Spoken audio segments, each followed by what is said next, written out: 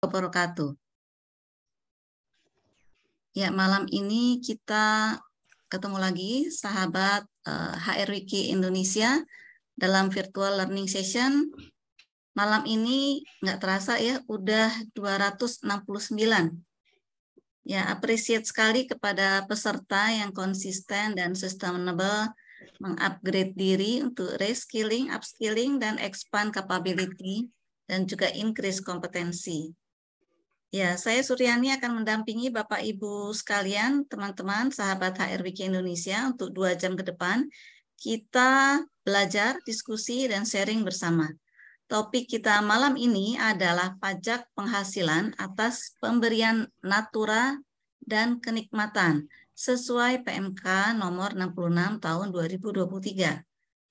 Khusus pembahasan malam ini strategi dan penghitungan terbaru pada pajak karyawan.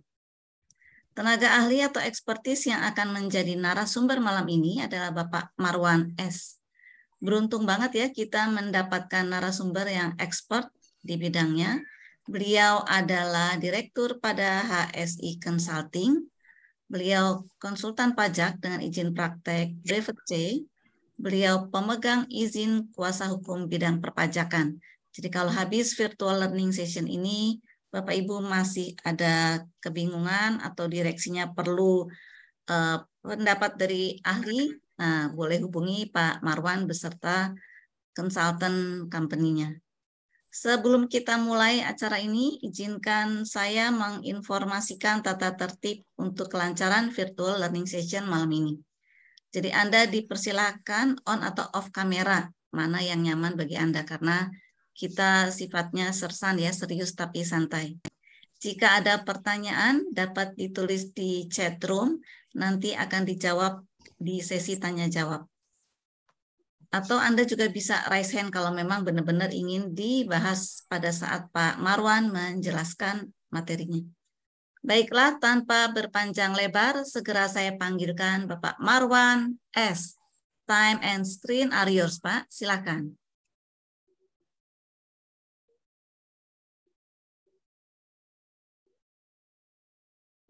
Masih mute, Pak. Mohon di-unmute, Pak.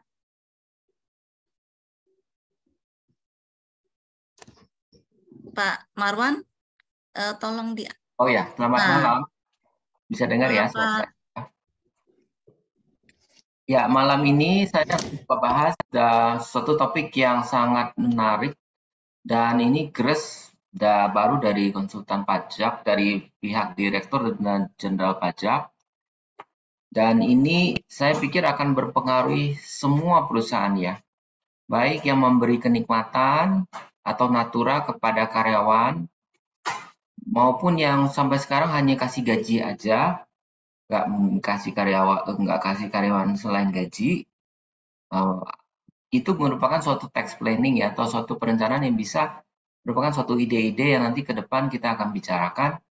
Ini satu hal yang menarik sekali ya, jadi kita akan coba pasang kuping dan untuk menyimak apa yang ditawarkan oleh Direktur Jenderal Pajak dalam khususnya dan secara umumnya Kementerian Keuangan untuk para wajib pajak khususnya corporate ya.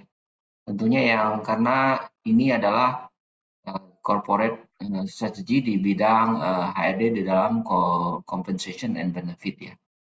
Baiklah, jadi mungkin teman-teman sudah dengar juga dari news, dari berita, membaca, sehingga sekilas mungkin tahu, tetapi mungkin tahunya belum dalam ya. Jadi hari ini kita coba membahas sekilas, bisa juga saya memberikan kedalamannya, karena kalau Anda dengar juga dari news, baca sekilas tentu nggak lengkap.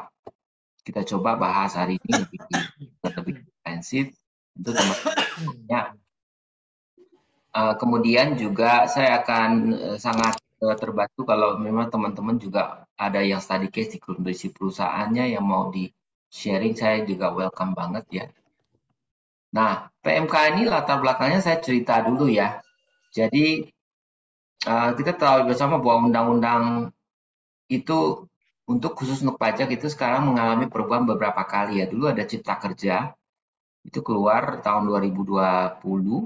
terus berlaku. Tapi setahun kemudian di dalamnya sebenarnya juga ada tentang perpajakan ya. Tetapi kemudian muncul lagi khusus untuk undang-undang mengenai perpajakan, yaitu namanya harmonisasi peraturan perpajakan ya, yaitu nomor 7 tahun 2021. Di situ sebetulnya sudah mengatur tentang natura dan kenikmatan yang berubah dari undang-undang sebelumnya. Jadi teman-teman di sini kalau yang sudah terbiasa dengan compensation dan benefit untuk karyawannya yang sudah bergulat dengan masalah itu, sekarang agak perubahan ini tentu akan sedikit banyak harus perlu update ya.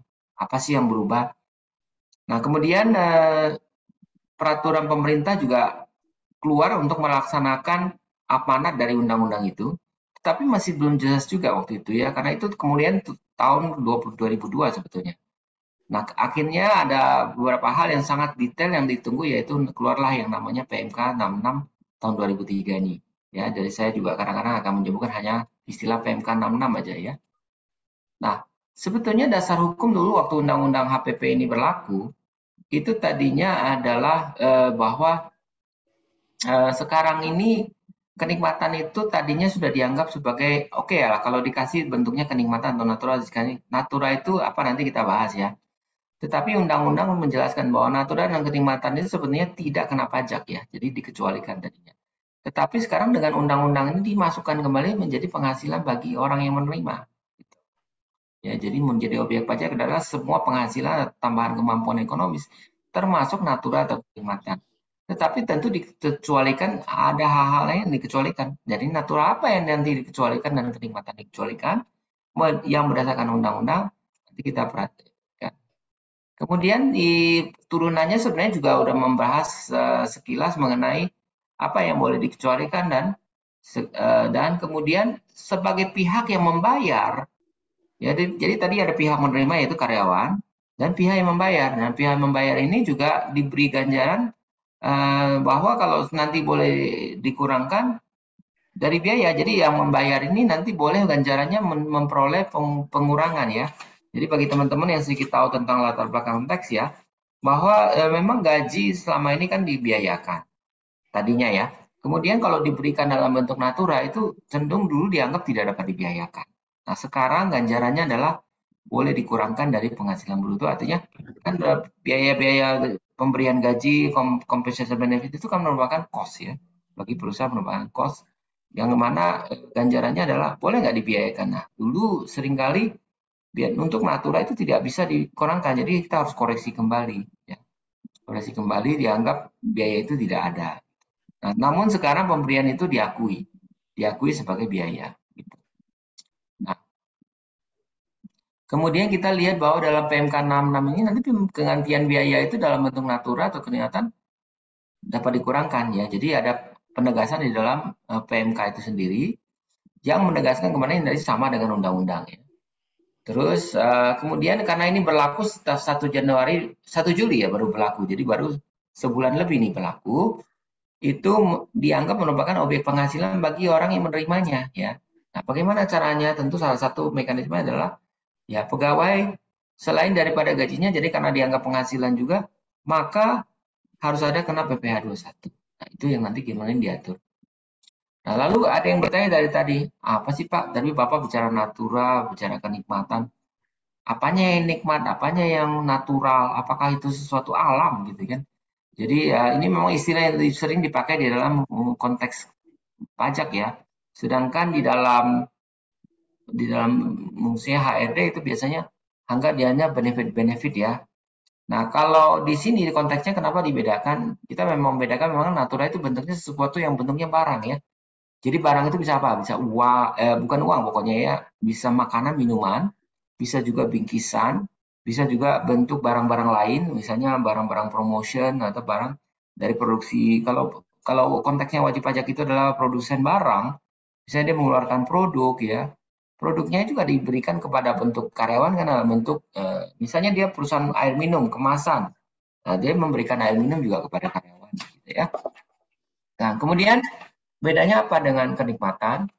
Kenikmatan tuh dianggap kalau sebetulnya merupakan fasilitas yang dinikmati, ya. Jadi hak atau fasilitas dinikmati, misalnya perusahaan mempunyai lapangan olahraga, ya, di belakang kan daerah pabriknya atau perkantorannya. Lalu fasilitas itu bisa dinikmati. Kemudian misalnya, dibayarkan juga gym gitu ya. Atau tadi itu yang umum-umum aja, misalnya fasilitas dalam bentuk olahraga, selain olahraga, misalnya ada akomodasi dan transportasi, yaitu mobil, ini ada perasaan atau antar jemput karyawan dan mungkin penginapan ya dikasih. Kalau yang tinggi kelasnya dikasih apartemen, yang mungkin yang memang lokasi perusahaannya tuh jauh dikasih mes karyawan atau dibayarkan atau boleh reimburse kos-kosannya atau boleh juga yang sifatnya tadi apa yang sifatnya komunal lah ya gitu ya. Mungkin dibayarin nih anaknya biar uang sekolahnya ini khususnya mungkin yang sering diberikan adalah untuk yang tenaga asing. Jadi kenikmatan dan naturalnya berbeda kalau kenikmatan lebih kepada fasilitas yang ada dinikmati, dan natural itu lebih bakal jelas barangnya, ya. Nah, keduanya dalam di konteks sebagai karena ada memang ada hubungan kerja. Nah, itu di karena relasi hubungan pekerja dengan karyawan sendiri, ya. Nah, terus transaksi ini nanti juga selain itu juga antara wajib pajak dengan bukan karyawan sebenarnya juga iya, karena mungkin pernah ada ya seorang artis dibayar bukan cuma uang atas endorsement produk, dia juga dibayar misalnya dalam bentuk, karena produknya kosmetiknya juga boleh pakai selama berapa lama gitu. Terus disuplai porongnya oleh si pemberi dari perusahaan. Nah, itu endorsement barang seperti itu juga nanti kan akan menjadi natura yang merupakan objek pajak bagi si artis tersebut. Nah, contoh natura yang berbentuk selain uang, barang ya adalah misalnya di dalam perusahaan yang kita lihat di sini adalah makanan ya disediakan di tempat kerja. Nah, kenikmatan contohnya ya tentu kita lihat di sini contoh antar jemput karyawan, mungkin ada fasilitas kafe, ruang time out, juga ada fasilitas olahraga dan mungkin outing gitu ya. Nah, dulu dikenal ada sebenarnya saya mau menerangkan mengenai konsep taxable deductible ya bagi teman-teman, tapi ini konsep yang ya moga-moga nggak terlalu berat ya. Jadi taxable itu artinya ya dipajakan, dikenain pajak tadi. Deductible itu artinya boleh menjadi biaya. Itu bagi sisi yang berbeda. Satu taxable itu bagi pihak menerima, deductible itu bagi pihak yang membayarkan ya. Jadi konsepnya kita lihat dari tangan yang satu yang memberi, satu yang menerima. Yang menerima itu dianggap merupakan pajak yang harus dipertanggungjawabkan. Kemudian ini undang-undang lama ya. Dulu dianggap kalau diberi barang nggak usah lah dianggap, nggak usah masukin SPT kan. Kalau kita dikasih makan, kalau dikasih kupon atau dikasih bingkisan, atau dikasih mobil yang boleh bawa pulang, itu kan nggak perlu ya. Dulu nggak perlu. Jadi bagi perusahaan dulu sebetulnya kayak mobil dulu kan ada ketentuan kalau mungkin teman-teman tahu ada ketentuan boleh dibiayakan tapi hanya 50% ya. 50% dari biaya itu. Tapi kalau misalnya dikasih dalam bentuk golf membership oleh si dia direksinya atau salah satu sales manajernya butuh golf membership nih untuk bisa entertain sales sesama klien ya di entertain di golf itu dulu juga nggak dianggap sebagai biaya ya oleh perusahaan nggak bisa itu dianggap sebagai biaya. Namun sekarang nanti ya kita lihat ya dengan konsep yang baru maka golf dan membership itu dianggap sebagai biaya bagi si penerima ya, bagi orang yang diberikan fasilitas golf itu nanti akan dianggap sebagai objek pajak gitu ya. Mungkin kelihatannya atau kedengarannya ini, wah kalau gitu jadi beban berat dong ya. Siapa yang tanggung BPH 21-nya gitu ya. Nah, kita jelasin di sini bagaimana menyikapi hal-hal seperti itu ya. Nah, tentu kalau biaya itu di ganjaran harus kena BPH 21, nah tadi seperti saya ulangi lagi, bagi pihak yang memberi itu dianggap bolehlah biaya-biayakan, mengurangi penghasilan kena pajak dari si perusahaan. Ya. Nah, tetapi kita ada berita bagus hari ini bahwa di PMK ini banyak sekali objek-objek pajak yang boleh dibiayakan, naturalnya boleh, tapi nggak kena pajak bagi si karyawan. Nah, contohnya apa aja ya? Di sini pertama makanan ya. Sebetulnya ini ada sesuatu yang lama ya, kalau Anda sudah dengar dari dulu sebenarnya sudah tahu kalau perusahaan menyediakan makan dan minum di tempat kerja, itu sebenarnya udah boleh. Jadi dulu udah boleh, sekarang ditegaskan lagi. Dan bahkan sekarang penegasannya nih nggak dibatasi lagi. Boleh makan siang, makan pagi, makan malam. Kalau yang lembur pun boleh gitu ya. Mana tahu mungkin yang pegawainya di tempat lokasinya yang agak terpencil seperti misalnya pabrikan yang atau perusahaan-perusahaan yang bergerak di bidang yang pertambangan kan mereka lokasi kerjanya mungkin jauh ya. Nah itu kan harus dikasih full full full board lunch meal ya. Jadi makan siang, makan pagi, makan malam. Eh, dan di sini ada penekanan bahwa syaratnya harus semua pegawai ya. Dan itu memang yang lama juga Pak. Kemudian kedua adalah disediakannya harus tempat kerja ya. Jadi nggak boleh tuh misalnya ditempatkannya bukan di tempat kerja. Jadi misalnya mungkin ada yang bertanya, bagaimana Pak kalau makannya nanti saya kan makannya di luar tapi kan makannya untuk menjamu tamu. Nah, itu nanti ada kategorinya dari dulu tuh Kak berubah ya. Kalau menjamu tamu di restoran di luar seorang sales atau seorang director atau seorang menjamu klien itu konteksnya beda ya. Itu bukan makan dan minum karena di situ memang ada perjamuan dan kebetulan memang harus memberi makanan ya.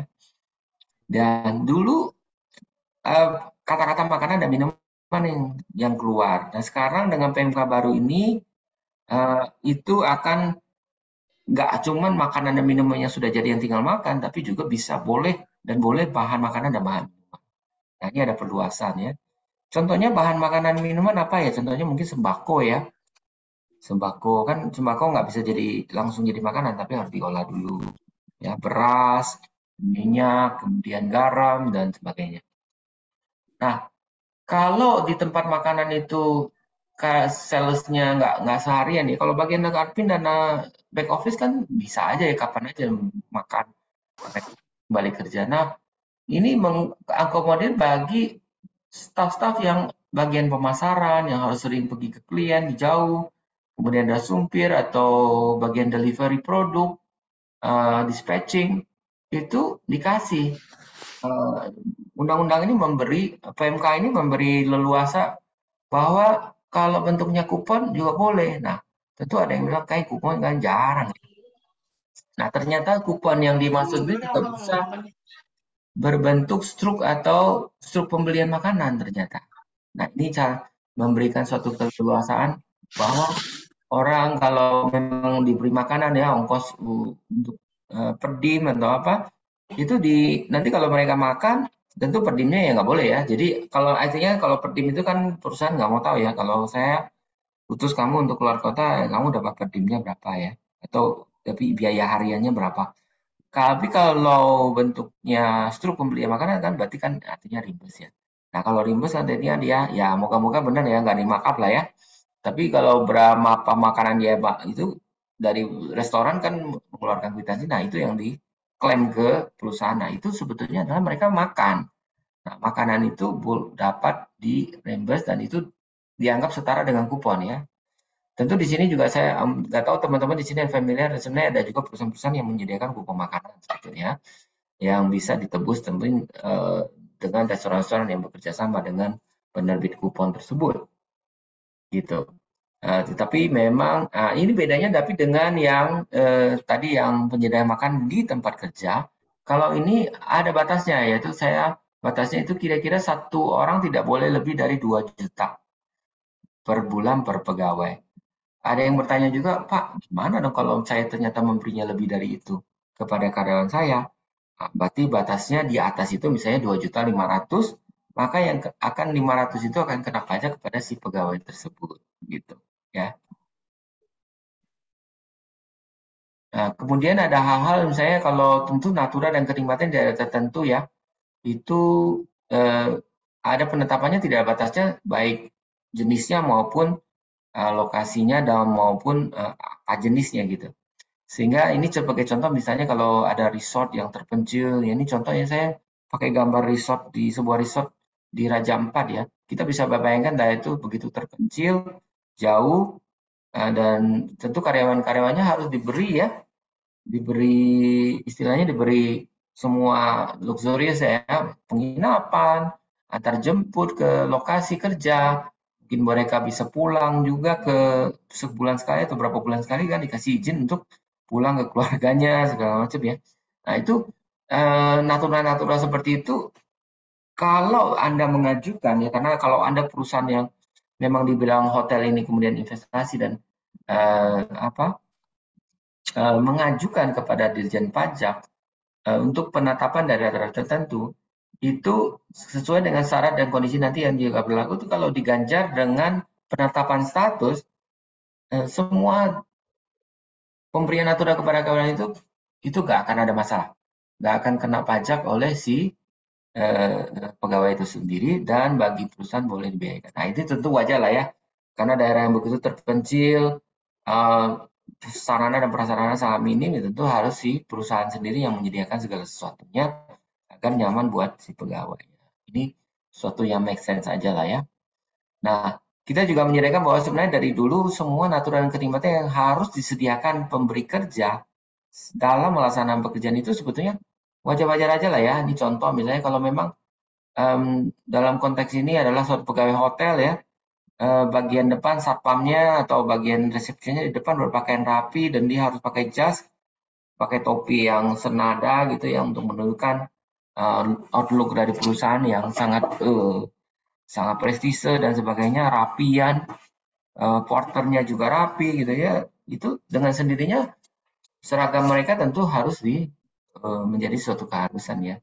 Begitu juga kita lihat kalau profesor-profesor yang menggunakan outfit yang jelas, itu kayak perusahaan penerbangan, pramugarinya ya mau dikasih berapa juga pasang untuk seragam ya tentu itu relevan-relevan aja sebagai biaya natura yang tidak diperdebatkan lagi dan itu bukan merupakan penghasilan bagi si karyawan, tetapi bagi perusahaan juga sah-sah aja jadi biaya sebenarnya ya.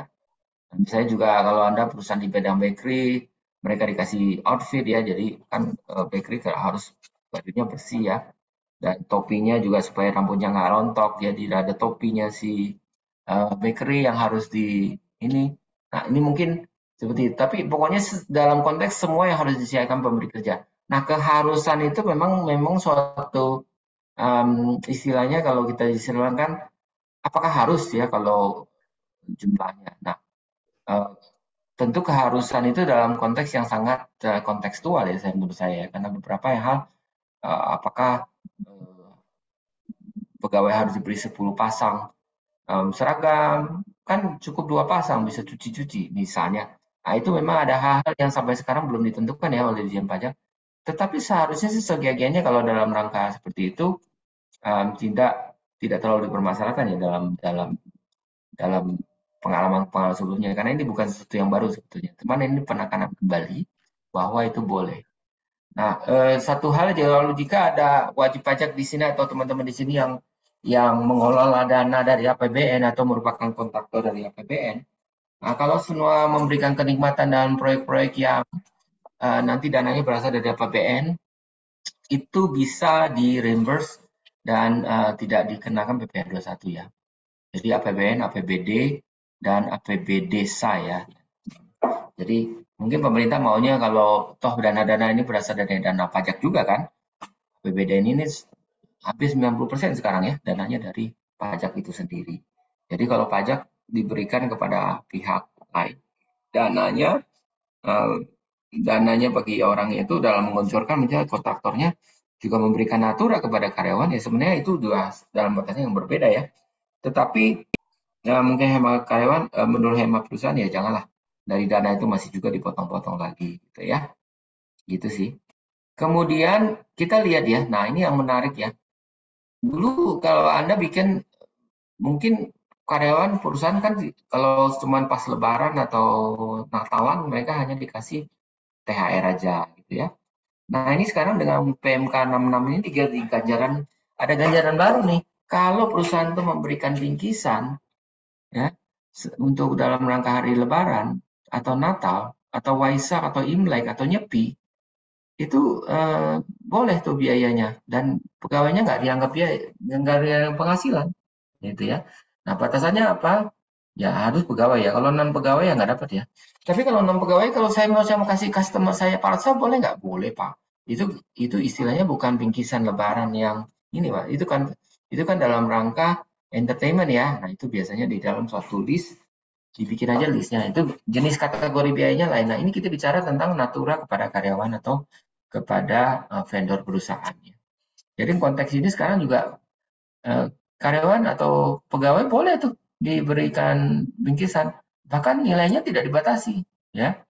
Bahkan mesti ada yang mau kasih bingkisan nilainya 500.000 per pegawai, atau sekarang mau naik sedikit lebih lavish atau lebih generous, bisa kasih dalam bentuk bingkisan yang 2 juta, itu boleh ya. Dan saya mengatakan ada juga yang mungkin sekarang ini biar nggak pusing ya dikasih kupon aja ya, kupon supermarket brand tertentu itu kan tinggal beli sendiri makanannya di situ ya. Tinggal tebus aja menggunakan kupon. Nah, itu juga saya kira juga praktis-praktis saja ya. Nah, memang ini PMK 66 ini memang mau meningkatkan kesejahteraan, memotivasi perusahaan untuk memberikan kesejahteraan tidak hanya gaji tapi di luar gaji pun dianggap sesuatu yang mungkin bisa menambah tingkat kepuasan karyawan ya. Nah, kemudian selain daripada natura di hari keagamaan, di luar hari keagamaan boleh nggak Pak Gergasi? Boleh. Tapi untuk di luar keagamaan ini ada batasnya yaitu 3 juta per tahun. Contohnya misalnya apa? Mungkin kalau ada perusahaan mengadakan event hari ulang tahun 17-an ya. Nah, ini kan ini udah tinggal seminggu lagi nih. Kalau Anda mau kasih bingkisan kepada karyawan atau hadiah, bukan semua karyawan yang harus terima.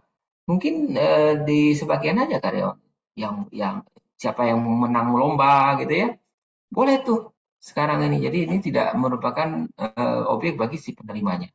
Atau tetap semuanya mau dikasih ya bentuknya paket apa gitu. Food dan non-food tetap boleh ya. Atau ulang tahun perusahaan lalu diberikan mereka gratis tinggal diberikan voucher hotel gitu ya, menginap dengan keluarga, boleh tuh ya. Asal jumlahnya lebih dari 3 juta per tahun per pegawai. Ya. Nah, kemudian ya peralatan lain misalnya peralatan dan fasilitas kerja itu sering dikaitkan kalau ada bagi teman-teman yang kerjanya itu di belakang meja dengan komputer ya, tentu diberikan laptop gitu ya. Nah, laptop kadang-kadang memang dari dulu juga kebanyakan sih sebetulnya laptop dan komputer itu sebenarnya biayanya sah-sah aja dan tidak bisa dilekatkan ke orang pribadinya. Tetapi misalnya kalau dibelikan HP, ya kan semua sekarang perusahaan kan memberikan HP kepada perusahaan, kepada karyawannya. Tapi kalau Anda mau memberikan HP, dan memang HP itu relasi dengan kerja, misalnya untuk tim sales gitu ya, tim operasional di luar gitu ya, di bagian dinas luar itu semuanya dikasih HP tuh. Itu boleh tuh. Bahkan sekarang termasuk kalau Anda mau membayarkan pulsa internetnya mereka, itu sekarang diganjar dengan apa fasilitas yang bagi pegawai, bagi perusahaan yang memberi itu udah nggak masalah. Ya. Jadi gadget ini baik untuk mungkin memotivasi mereka juga ya. Nah, tapi ada catatannya harus dianggap sebagai menunjang kerjaan. Ya. Nah, bagaimana ada beli dikasih gadget tapi nggak menunjang kerjaan nggak? Mungkin ada ya. Misalnya saya nggak tahu ya contohnya misalnya kalau dikasih TV monitor TV model UHD yang mahal itu ya, kemudian pada pegawai itu ya cuman direksi lah, ternyata dia taruh di rumahnya gitu ya. Nah itu kalau dianggap tidak menunjukkan kerja ya mau maaf itu ternyata mungkin nanti malah nggak deductible dan tetap harus kena PPh 21 ya. Jadi yang kira-kira yang relevan aja deh buat pekerjaan ya gitu. Nah, misalnya juga ada fasilitas kesehatan. Nah, dulu mungkin teman-teman di sini udah biasa ya, kalau selain dikasih gaji, pegawai itu dikasih fasilitas boleh klaim atau reimbursement atau diberikan asuransi kesehatan. Nah, kalau ini yang dimaksud di dalam PMK ini ada satu yang namanya fasilitas kesehatan. Nah, fasilitas kesehatan itu menurut saya sih adalah dalam bentuk investasi di dalam infrastruktur tertentu ya, atau pembayaran tertentu. Misalnya maksudnya kalau perusahaan yang agak besar mungkin mereka punya diberikan satu klinik ya. Klinik di mana yang sakit-sakit berobat, ada dokter yang standby, ada apa namanya psikolog kah ya, atau apa yang boleh di situ mengeluh karena misalnya kerjaan yang secara fisik mungkin beresiko, jadi sehingga hal-hal sebenarnya kemungkinan kecelakaan kerja atau penyakit akibat kerja yang cukup mengganggu fisik yang berat atau mental yang berat itu bisa diberikan fasilitas. Nah, fasilitas itu ya termasuk juga mungkin di situ ada peralatan gajinya si dokter dan ada misalnya alat-alat itulah emergency ya. Itu boleh sekarang. Sekarang itu sangat boleh dan di-encourage. Ini fasilitas ini tidak merupakan objek PPh 21 bagi pegawai ya. Ini sesuatu yang sifatnya sudah sangat akan meningkatkan kesejahteraan bagi pegawai secara keseluruhan tentunya. Tetapi nanti ini kita bedakan ya dengan medical sebagai natura ya. Jadi tentu bahwa teman-teman ada yang dikasih gaji, ada yang juga kan yang dikasih juga bentuk penggantian pengobatan yang mungkin ada plafonnya ya. Plafonnya misalnya ada yang 2 bulan gaji, 1 bulan gaji untuk periode setahun gitu ya. Dengan cara menunjukkan kwitansi dokter dan kwitansi apotek dan berobat tebus obat tebusnya berapa gitu ya. Nah, cuman di sini karena PMK ini tidak menyebut, jadi khusus tadi hanya menyebut fasilitas kesehatan. Nah, saya menduga bahwa fasilitas kesehatan jika tidak dikaitkan dengan kondisi-kondisi yang disebabkan oleh pekerjaan, maka ini merupakan objek ya. Jadi jadi artinya apa? Artinya medical itu kemungkinan akan merupakan objek pajak bagi pegawai yang mengklaim ya. Jadi klaim nggak cuma kalau cuma dia mungkin oke ya. Tapi kalau pasangannya atau anak istrinya mungkin atau suami dari si pegawai wanita itu bisa merupakan objek ya. Nah, ini yang salah satu yang agak sedikit menurut saya di dalam PMK ini terlalu terbatas, ruang pengecualian untuk masalah kesehatan itu kecil, lebih kecil. Bahkan juga misalnya termasuk akibat non kerja, sakit akibat non kerja maksudnya ya. Kemudian apa sakit akibat non kerja ya, contohnya misalnya ya betul ada yang sakit kanker ya, atau bukan kanker kering, ini memang sakit kanker, atau misalnya ada gagal ginjal kah, atau memang jantung, ada kolesterol tinggi, atau diabetes, yang karena secara umum memang hal-hal kombinasi dari banyak hal, mungkin secara genetik kah, atau masalah memang kualitas hidup, stres, dan sebagainya. Tapi kalau stres ada yang juga bilang sama saya, Pak, kan saya kerja jadi stres, mungkin ini sakit juga karena saya stres gitu. Wah, kalau dicari-cari juga penyebabnya karena saya stres kerja baru mau sakit, ya mungkin saran saya adalah coba bicara dengan dokter, apakah dokter bisa mendiagnosa ini disebabkan oleh Anda stres waktu kerja, sehingga timbul penyakit itu. Nah, saya kira dalam hal seperti itu bisa-bisa aja sih dianggap itu dibiayakan dan bukan merupakan bagi merupakan objek bagi si pegawainya ya. Jadi kalau tidak bisa begitu ya susah. Nah, misalnya persalinan. Nah, persalinan itu sulit ya. Jadi misalnya si pegawai yaitu biasanya dalam keluarga perusahaan memberikan fasilitas boleh bersalin, biayanya boleh ditanggung oleh perusahaan. Perusahaan memberikan bisa bentuknya reimbursement atau bentuknya lump sum. Nah, itu di dalam konteks ini akan merupakan biaya yang nanti kena PPh 21 ya.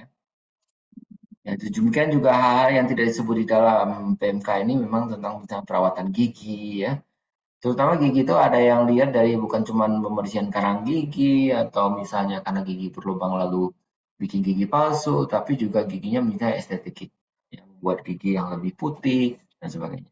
Dan karena tidak juga menyebutkan mengenai konsultasi kejiwaan, psikologi, psikiater gitu, yaitu kalau ada biaya-biaya seperti itu yang berhubungan dengan itu, dengan reimbursement biaya yang psikologi atau psikiater itu mungkin bisa merupakan objek bagi si pegawai yang klaim. Ya. Nah, itu perlu jika ditekankan bahwa sebenarnya dari undang-undang kita mengenai fasilitas kesehatan itu tidak sama dengan asuransi. Di dalam undang-undang kita, itu premi asuransi itu memiliki suatu tempat tersendiri ya di undang-undang, di luar daripada yang namanya natura. Karena dari dulu natura itu diatur untuk asuransi ini tersendiri. Artinya biaya premi yang dikeluarkan oleh perusahaan untuk membayarkan, untuk memberi fasilitas asuransi kesehatan bagi karyawan itu boleh dibiayakan dengan catatan PPh 21 atas preminya itu dianggap sebagai objek ya. Gitu. Dan ini belum berubah dari dulu ya, sehingga kalau teman-teman tanya apa bedanya di fasilitas kesehatan sama premi asuransi. Premi asuransi mempunyai satu tempat yang terpisah dan khusus dalam undang-undang kita. Kemudian sekarang yang menarik juga bahwa fasilitas olahraga yang sifatnya komunal itu boleh sekarang menjadi sesuatu yang sangat ya karena diharapkan dari undang-undang ini dan penyediaan fasilitas dengan batasan ini biaya-biaya yang dikeluarkan oleh perusahaan untuk misalnya sewain lapangan futsal, lapangan bola untuk karyawannya supaya happy ya, itu bisa tuh dikeluarkan dan mereka boleh membiayakannya, perusahaan boleh membiayakannya dan bagi karyawan bukan ya karena ya gimana juga hitungnya ya yang main hari ini berapa orang di bulan depan atau minggu depan berapa orang itu kan nggak bisa dihitung. Jadi kalau sifatnya komunal biaya itu di encourage lah istilahnya ya di perusahaan untuk boleh menyediakan ini. Nah, tapi dengan pengecualian jangan biaya-biaya atas jenis olahraga yang tertera di sini yaitu misalnya golf, pacuan kuda, balap perahu motor, terbang layang, dan otomotif. Nah, ini beberapa jenis yang jelas dilakukan dianggap agak mungkin agak mewah gitu ya. Sehingga kalau cuman sewa lapangan bola ya, kecuali sewa lapangan bolanya di Gelora Bung Karno, nah itu saya nggak tahu ya, kayaknya itu mahal sekali berarti. Ya, tapi perusahaan juga nggak mau keluarin duit segitu lah, ya Pak ya. Tapi kalau cuma sewa lapangan rumput yang di tepi mana gitu itu harusnya lebih murah ya. Atau ya udah misalnya futsal aja gitu ya. Sewa lapangan futsal bisa ramai-ramai memang banyak staff yang happy, jadi mereka lebih bonding satu dengan lain. Itu kan meningkatkan tingkat kepuasan karyawan juga ya. Nah, Pak, kalau penginapan bagaimana? Nah, mengenai akomodasi di penginapan, juga disebutkan jika perusahaan ini invest di dalam hal yang seperti memberikan akomodasi yang secara komunal ya, misalnya mes karyawan ya, barak atau apa ya. Kalau barak itu kan kadang-kadang kalau untuk perusahaan pertambangan kan kadang mereka menjadikan barak ya, kontainer gitu dijadiin diolah jadi tempat penginapan itu bisa-bisa saja dibiayakan ya. Yang syaratnya adalah hanya diterima oleh pegawai dan bukan diterima oleh non pegawai. Dan batasannya nggak ada tuh. Jadi kalau Anda misalnya ya perusahaan yang mau menyediakan eh, saya satu perusahaan kemarin eh, di dalam acara sebelumnya menyewa, Pak kami ada menyewa satu apartemen berapa kamar itu tersedia Pak siapa aja yang mungkin lembur di kantor mereka boleh boleh pinjam kunci Pak kami kasih ke mereka kunci dan apartemennya selalu terawat dan biaya baik listrik maupun kebersihan maupun perawatannya di situ dan suplai barangnya kami terus sediakan. Jadi itu apartemen milik kantor, Pak. Nah, itu juga boleh. Sekarang tadinya itu apartemen itu biaya penyusutannya tadinya nggak boleh tuh, ya, menurut undang-undang lama. Tapi dengan sekarang undang-undang baru ini sekarang semua boleh, ya. Jadi boleh menyediakan apartemen yang sifatnya komunal untuk pegawai ya. Ya juga misalnya kalau ada yang perusahaan yang punya banyak karyawan yang di luar kota, mereka datang untuk meeting di kantor pusat, nah itu bisa disediakan seperti itu, ya. Nah, tapi kan mungkin nanti ada yang nanya kalau hal-hal seperti misalnya kalau Pak, kalau biaya hotel gimana? Nah, biaya hotel kalau misalnya karyawan yang dari luar kota datang menginap dan biaya dibayarin hotel ya, hotelnya boleh klaim atau reimburse oleh perusahaan. Nah, itu konteksnya agak berbeda sedikit karena itu memang dari dulu sudah boleh, nggak ada masalah karena itu biaya dalam hubungan dengan perjalanan dinas gitu ya. Tapi kalau ini kan memang diberikan fasilitas, yaitu boleh nginap ya daripada mereka cari-cari kos di mana-mana ya. Saya juga ada satu perusahaan ya, kita pabrik yang besar sekali di bidang mainan anak di Cikarang itu mereka kan selain di depan pabrik mereka itu ada satu kawasan yang mereka invest bikin dormitory itu di situ. Wah, enak sekali. Jadi terutama karena waktu kita tahu sama di daerah Cikarang itu kan keluar masuk daerah situ kan sangat sangat macet dan sangat-sangat menyita waktu dan tenaga dan juga finansial yang besar. Sementara daerah sekitar situ untuk pergi keluar dari pinggiran kota dan mencari penerangan layak itu memakan waktu. Sehingga pabrik itu lalu invest untuk membuat dormitory di situ. Nah, ini dalam konteks sekarang ini invest seperti itu tuh diperkenankan ya menjadi biaya yang boleh dibiayakan. Kalau dulu nggak boleh dibiayakan ini. Nah, juga, nah bagaimana kalau aku fasilitasnya akomodasi eksklusif ya, misalnya seorang dikasih kos-kosan, ya kos-kosan kan hanya kamar hanya dia saja, atau memang dikasih seorang ekspat atau seorang direktur atau manajer yang kelasnya lumayan udah senior dikasihnya diganjarin dibeliin apartemen atau disewakan apartemen atau dikasih uang supaya mereka apartemen sendiri. Nah itu boleh-boleh aja tapi jumlah batasnya hanya sampai dengan 2 juta per bulan per pegawai. Sedangkan di atas itu akan dikenai pajak ya. Nah, tapi jumlahnya ini tentu kita lihat kalau misalnya yang karyawan yang masih levelnya 5 atau 10% ya sekian kena pajak dari PK21-nya masih di level 5 sampai 15%. Tetapi kalau misalnya nanti tentu udah pegawai yang tinggalnya udah gajinya udah sangat tinggi ya. Ya, karena kita tahu kalau misalnya gajinya sudah di atas 500 juta per tahun, yaitu which is artinya sekitar 40 juta, 50 juta secara gross per bulan, itu mulai kena 30%. Nah, begitu ditambahkan dengan fasilitas akomodasi apartemen dia, itu pajaknya langsung diganjar bisa sampai 30%.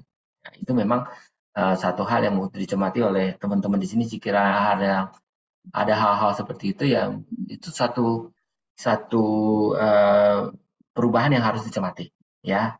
Nah, tapi apakah ini harus dipotong dari si pegawai atau tidak? Ya silakan didiskusikan dan perlu menjadi catatan bagi perusahaan dari jika perusahaan selama ini tidak bisa membiayakan biaya ini, kemudian ternyata boleh membiayakan dan menempatkan manfaat berupa pengurangan pajak padan, nah itu mungkin bisa dicari satu formula yang tepat berapa yang boleh dibebankan oleh kepada si pegawai dan mungkin apakah mau ditanggung seluruhnya dari kenaikan pajak tersebut akibat pengenaan pajak apartemen itu kepada si karyawan atau half-half atau berapa porsinya. Nah, itu bisa dirumuskan ya. Dan PMK ini memang seolah-olah memajaki pegawai, tapi sebenarnya dalam konteks konstelasi ini sebetulnya kan HRD atau pemilik perusahaan tentu bisa berbijaksana kalau kenaikan itu terlalu memberatkan si pegawai itu sendiri, tentu akan dicari solusi yang terbaik ya. Nah, kemudian kalau dikasih mobil bagaimana Pak? Nah, dikasih mobil ini sekarang fasilitas mobil bunyinya di dalam PMK 66 ini tulisnya begini Pak. Tulisnya begini. Ada syarat nih, kalau mobil dikasih mobil boleh nggak kena pajaknya? Bagi si pegawai nggak kena pajak nih. Cuman dikasih 2 syarat ya. Syaratnya pegawainya nggak punya saham di tempat kerja itu. Kedua, gajinya si pekerja ini dari pemberi kerja tersebut ya, mana tahu dia ada dari pemberi kerja lain lagi ya, tapi dari pemberi kerja tersebut aja itu nggak mencapai 100 juta ya, nggak lebih dari 100 juta. Nah, 100 juta per bulan itu kan angkanya tinggi sekali ya. Jadi memang kalau yang manajernya masih belum gajian segini dikasih mobil juga berarti masih boleh tuh ya. Nah, tapi kalau misalnya yang direksi yang udah CEO yang cukup tinggi, gajinya mungkin di atas ini ya. Nah, ini memang alamatnya adalah fasilitas mobilnya akan merupakan objek PPh 21 tuh, ya. Nah, cuman di sini juga nggak jelas di dalam fasilitas yang namanya fasilitas kendaraan, gimana kalau direksinya tiap tiap kali datang pakai taksi yang disewa. Nah, bagaimana kalau dia misalnya kadang-kadang pakai reimburse berapa pakai dia pakai taksi gitu ya, reimburse. Nah, itu transportasi kena PPh 21 nggak? Sampai sekarang sih nggak ada. Tetapi menurut saya memang itu tetap kena dengan dua batasan ini ya. Kalau memang CEO-nya nggak punya saham di perusahaan, eh, itu lihat aja gajinya. Kalau gajinya di atas 100 juta ya kena juga. Tapi kalau dia memang punya saham Pak, gajinya nggak sampai 100 juta Pak, berarti mohon maaf ini tetap kena. Nah, mungkin ini maksudnya agar pegawai tersebut yang notabene merupakan owner juga ya dalam artian apakah partner atau owner itu tidak memperoleh fasilitas ini secara maksimal ya. Jadi nanti mungkin bagi teman-teman ada dinamika seperti apa kondisinya perusahaan kalau mau sharing juga di sini juga boleh. Nanti mungkin habis event ini ya. Nah, kesempatan lain adalah iuran dana pensiun. Syaratnya adalah dana pensiun berizin dari OJK. Ya tentunya dana pensiun yang luar negeri nggak boleh ya. Tapi dana pensiun Indonesia. Contohnya kayak apa? Misalnya kalau BPJS menurut saya ya. BPJS selama ini kan kita kalau untuk ketenagakerjaan kan porsinya 3,7% dari gaji dikali itu merupakan porsi yang dibayar dan ditanggung oleh pemberi kerja. Nah, ada porsi 2% lagi dana ini kan JHT ya, menurut saya setara lah ini JHT dengan dana pensiun, itu kan dipotong dari gaji. Ya. Tetapi karena sekarang ini dibilang iuran dana pensiun yang ditanggung oleh pemberi kerja dalam bentuk natura, nah ini yang 2% ini mungkin ada yang mau bayarin juga, dia perusahaan ada yang bilang, udahlah pokoknya 5,7, pokoknya nggak potong sama sekali dari gaji. Nah ini tambahan 2% itu sekarang juga masih boleh bukan objek bagi si pegawai. Ya. Ini untuk membedakan ya bagi yang mau ditanggung hanya 3,7, perusahaan berbaik hati menambahkannya yang 2%, itu sangat baik dan pemerintah memberi ganjaran bahwa itu objek itu tidak merupakan objek bagi si pegawai. Nah ini kemudian, nah ini dulu juga mungkin kalau fasilitas ibadah di dalam lingkungan perusahaan diinvestasikan, itu kan seringkali mungkin dianggap tidak relevan bagi usaha. Nah, sekarang kalau perusahaan mau membangun masjid atau musola dekat area kantor atau pabrik itu sekarang boleh tuh. Boleh ya dianggap biaya-biayanya bahkan dana pembangunannya itu boleh disususkan gitu ya. Nah, tapi syaratnya apa? Semata-mata untuk ibadah ya. Jadi ya mungkin ada beberapa kalau masjid saya percaya kalau dibuat ibadah ya ibadah aja ya. Misalnya juga ada penyediaan ruangan tertentu di situ untuk menjadi musola. Tapi kalau ruangan itu multi use, misalnya kadang-kadang juga dipakai untuk disewakan gitu ya, untuk cara-cara lain. Nah, itu tidak memenuhi syarat semata-mata untuk ibadah tadi itu ya. Jadi kalau tapi kalau memang hanya semata-mata untuk ibadah boleh gitu. Nah, kemudian kita ketahui bahwa dari dulu sebetulnya daerah-daerah tertentu itu sebenarnya boleh ya investasi mereka di situ termasuk semua fasilitas yang diberikan kepada karyawan di lokasi-lokasi yang terpencil dan lokasi yang untuk pengembangan kawasan ekonomi khusus ya terutama misalnya kayak kalau di sini dari Jakarta yang paling dekat ini Tanjung Lesung ini di Banten itu saya juga mungkin ada di sini yang pernah nginep nggak di resort Tanjung Lesung itu indah sekali ya. Nah di situ memang masih kurang sekali pengembangan sehingga kalau ada yang membangun resort atau hotel di sekitar sana ya tentu fasilitas-fasilitas penginapan setidaknya atau transportasi kan harus disediakan. Kalau enggak karyawan mana mau pergi sejauh itu ya, terutama kalau yang udah tinggal jauh dari sana. Gitu ya. Sehingga um, kalau mau diganjar dengan penetapan kawasan daerah tertentu, ya seperti saya bilang, oleh Dirjen Pajak, ya itu bisa diajukan permohonan ya.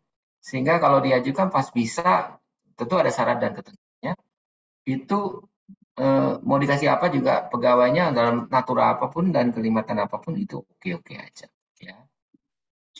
Jadi ada syarat-syarat tentang apa yang namanya daerah tertentu ya. Tentu ya memang kebanyakan adalah daerahnya dianggap terpencil karena memang memiliki daya tarik keindahan alam atau memang daerah-daerah yang memiliki kandungan mineral ya seperti di sekarang ini kan sangat marak juga untuk penambangan mineral terutama nikel, boksit dan mineral lain ya. Itu sekarang kan banyak sekali investasi masuk ke arah sana dan jika ada perusahaan di sini yang masuk ke situ dan mengajukan diri untuk mendapatkan fasilitas pengurangan pajak seperti ini, maka seluruh naturanya itu tidak ada masalah untuk bagi pegawai. Ya, ada 11 jenis prasarana dan sarana, listrik, air bersih, perumahan, rumah sakit, sekolah, tempat olahraga, tempat peribadatan, pasar, jalanan atau jembatan, pelabuhan, dermaga laut dan transportasi yang itu boleh ya. Jadi saya nggak tahu di sini masih anggap ini sebagai yang relevan apa nggak, tapi kalau buat pengetahuan Anda aja ini sarana prasarana yang disediakan seperti itu oleh si investor akan diganjar dengan pengurangan biaya yang baik dianggap karena itu sudah sewajarnya disediakan. Karena pemerintah kan tidak menyediakan ya. Lalu kita sekarang memberikan contoh ya, bagaimana penerapan PPh 21 kenaikan pajak seperti apa. Jadi ini contoh misalnya contoh kasus yang pada bulan September 2023 ada PT JC memberikan fasilitas apartemen kepada Nyonya JX sebagai pegawainya disewa dari pihak ketiga secara bulanan. Pada bulan September 2023 biaya terkait dengan apartemen tersebut ada sebagai berikut, yaitu adalah biaya sewa 50 juta, biaya pemeliharaan lingkungan 15, biaya utilitas air, tagihan listrik, air, dan internet 10 juta, total biaya 75 juta. Diketahui adalah biaya jenis dan batasan tertentu, bahwa itu hanya boleh 2 juta saja per bulan, maka si pegawai ini akan dikenakan objek tambahan dari gaji, selain dari gajinya, maka ada tambahan sebesar 73 juta, yaitu dari 75 juta ya ini ke dikurangi 72 juta, 70 juta. Ini salah satu objek yang mau dikenakan ya. Jadi ini penting sekali buat teman-teman di sini melihat yang di bagian compensation benefit ini satu hal yang bahkan baru ya. Nanti saya lanjut dulu. Ada yang mau nanya lebih lanjut. Kemudian contoh 2 dan 3 adalah Nyonya JA, seorang bintang iklan, menangani kontrak dengan JX, sebuah perusahaan kosmetik untuk mengiklankan produk kosmetiknya di sosial media. Atas jasa tersebut, pada bulan Desember 2023, Nona JA menerima penggantian atau imbalan sebulan dengan paket dalam bentuk paket alat kosmetik dari PT ZJ. Harga pokok penjualan alat kosmetik diketahui sebesar 10 juta, dan dalam hal ini Nona JA menerima penghasilan dalam bentuk natura di bulan Desember 2023 yang menjadi objek pemotongan, yaitu sebesar 10 juta. Ya. Nah, juga ada contoh kedua, ketiga. Saya kira kita tidak baca ya, ini memang untuk dua kasus ini saya mau bilang itu berbedanya dengan kasus tadi. Satu adalah mereka itu bukan karyawan ya. Ini kadang akibat kerjasama dan kemudian mendapatkan uang dalam bentuk barter karena sudah menjalankan jasa, lalu kompensasinya bukan uang tapi bentuknya natura atau kenikmatan, maka tetap sekarang harusnya dipotong pajak dan diganjar ya. Tentu kalau bukan karyawan pajaknya kita ketahui bersama itu boleh dulu dipotong 50% baru dikali tarif pajak. Nah, itu yang biasa kalau teman-teman di sini mungkin kenal tarifnya menjadi 2,5. 2,5 itu berasal dari 5% dikali 50%. Ya. Nah, kasus keempat saya mungkin tidak akan bahas. Nah, ini kasus ada tadi yang misalnya kita adanya pemberian makan minum yang sebenarnya nilainya tidak boleh lebih dari 2 juta bagi pegawai divisi dinas luar. Ya, kemudian ternyata nilainya lebih sehingga yaitu nilai totalnya 2,3 dan yang kena pajak hanya 300.000 untuk khusus di bulan tersebut ya. Nah, teman-teman ada yang tanya nih, kok di Indonesia sekarang dipajakin kayak gini-gini? Emang di negara lain kayak gimana? Nah, saya coba memberikan gambaran sedikit bagaimana negara tetangga dan negara maju memajaki pajak ya untuk natura ya. Nah, di Indonesia sekarang kan sudah termasuk ya makanan di kantor boleh. Di Singapura termasuk nggak? Termasuk ya. Sedangkan di Amerika pun jika pegawainya diberi makanan di kantor itu diganjar dengan boleh, itu maksudnya termasuk dalam artinya tidak akan dikenain pajak ya. Jadi bagi perusahaan itu merupakan biaya yang bisa dikurangkan, tapi bagi perusahaan, bagi si pegawai bukan merupakan objek ya. Kita tahu. Tapi di Jepang tuh seringnya malah tidak ya. Jadi kalau dikasih makan mungkin jadi objek ya. Saya belum jelasin ini, ada teman yang hasil risetnya saya contek. Nah, ini kemudian tunjangan kesehatan ya. Kalau kita lihat untuk tunjangan kesehatan kita termasuk ya. Jadi boleh itu diberikan sebagai natura yang wajar-wajar aja dan tidak dipajaki. Jadi kita sebetulnya kesimpulannya sih dibandingkan dengan negara tetangga yang lain, mirip-mirip juga ya, malah kita cenderung bagus kok ya. Kalau misalnya bingkisan ini malah kita tidak batasi ya. Bingkisan tadi yang tadi lebaran itu ya. Nah, kalau bingkisan non lebaran itu memang batasnya tadi 3 juta per tahun. Tapi di Singapura ini mau kayaknya tetap batas ya, $200 Singapura ya, itu kira-kira 2 jutaan lah ya. Nah, kalau memang nilainya di atas 2 juta nggak kena. Tapi kalau di Indonesia tadi kan kita lihat kalau makanan, kalau dikasih bingkisan dalam rangka THR bentuknya 5 juta, boleh nggak? Boleh. Maksudnya dikenain pajak kan di si pegawai? Enggak, gitu ya. Gitu. Nah, ini kalau kita lihat misalnya kalau dikasih komputer atau HP, ternyata di Amerika sama di Jepang malah jadi biaya tuh, jadi objek tuh. Nah, di kita sekarang udah enggak. Gitu. Jadi sebenarnya termasuk bagus sih kita punya sekarang perkembangan untuk PPh satu untuk benefit bagi karyawan itu sebenarnya kita sudah memasuki suatu masa yang cukup cukup pemerintah itu cukup cukup rileks dan cukup generous lah ya. Saya boleh bilang seperti itu. Nah, khusus untuk PMK ini ada transisinya karena kita tahu tadi bersama sebenarnya undang-undang tentang HPP itu sudah berlaku dari 2022 ya. Nah, tapi kok sekarang peraturannya baru 2023 nih yang boleh dibiayakan ini apa tidak kena pajak sih ke pegawai. Nah, udah ditentukan nih sekarang ya. Karena mungkin mereka menggodokkan tentang berapa sih jumlah yang 2 juta, 1,5 juta tadi. Itu tuh mereka riset dulu. Nah ya, jadi sempat undang-undang keluar tapi mereka perlu riset. Akhirnya diganjarinya begini, tahun 2022 itu semua natura itu sekarang dikecualikan ya. Karena memang perintah undang-undangnya itu udah nggak perlu dikoreksi pajak lagi ya. Jadi teman-teman di sini kasusnya kalau yang udah biasa ngerjain SPT badan udah tahu kalau kalau ada natura itu biasanya mereka harus keluarkan dari biaya. Artinya ada yang bilang istilahnya dikoreksi fiskal gitu ya, koreksi positif.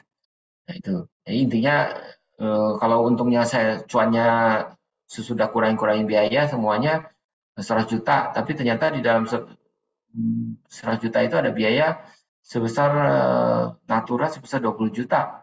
Nah, naturanya harus saya koreksi, jadi artinya cuannya harus naik jadi 120 juta gitu ya. Jadi akhirnya bayar pajaknya lebih di PPh badan.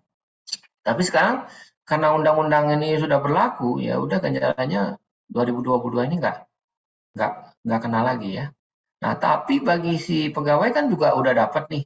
Ada yang udah dikasih apartemen dari 2022. Gimana tuh? Apa saya mesti hitung mundur? Enggak ya. Jadi PMK ini mengatakan urusan 2022 nggak bisa kita mundur deh.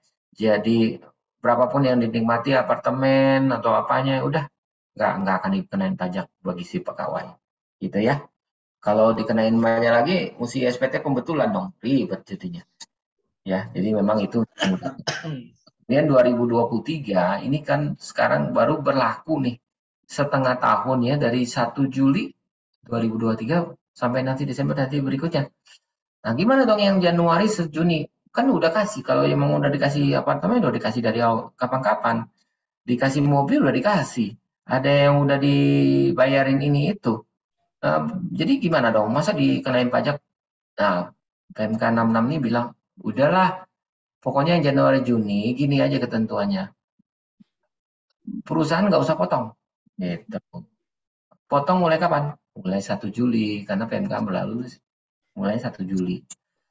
Terus gimana dong kalau ini si pegawainya? Nah, pegawainya diminta sendiri untuk menghitung dan membayarkan. Wah, ribet dong, ada yang mau ribet. Nah, kemarin ada yang nanya saya begitu, Pak, nanti kan kami kan sebenarnya kan membayarkan gaji mereka, kita tanggung Pak PPh 21. Gimana dong kalau nanti mereka jadi kurang bayar kan kasihan gitu ya. Jadi uangnya nanti baru saya bilang ada dua cara. Pertama adalah nanti berapa pajaknya nanti di perusahaan baru klaim ke perusahaan deh gitu.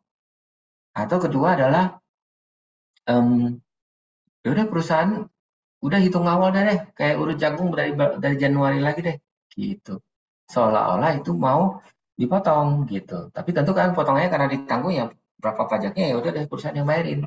Pokoknya tahu bersih aja ya. Jadi SPT orang pribadi nanti akhir tahunan 2003 ini nggak pusing berapa angkanya ya kalau memang harus naturanya kena pajak ya naturanya ya gue tahunya pokoknya di SPT 1721 saya slipnya udah masuk-masuk semua pajaknya udah dibaring plus SPT kita kan nihil gitu.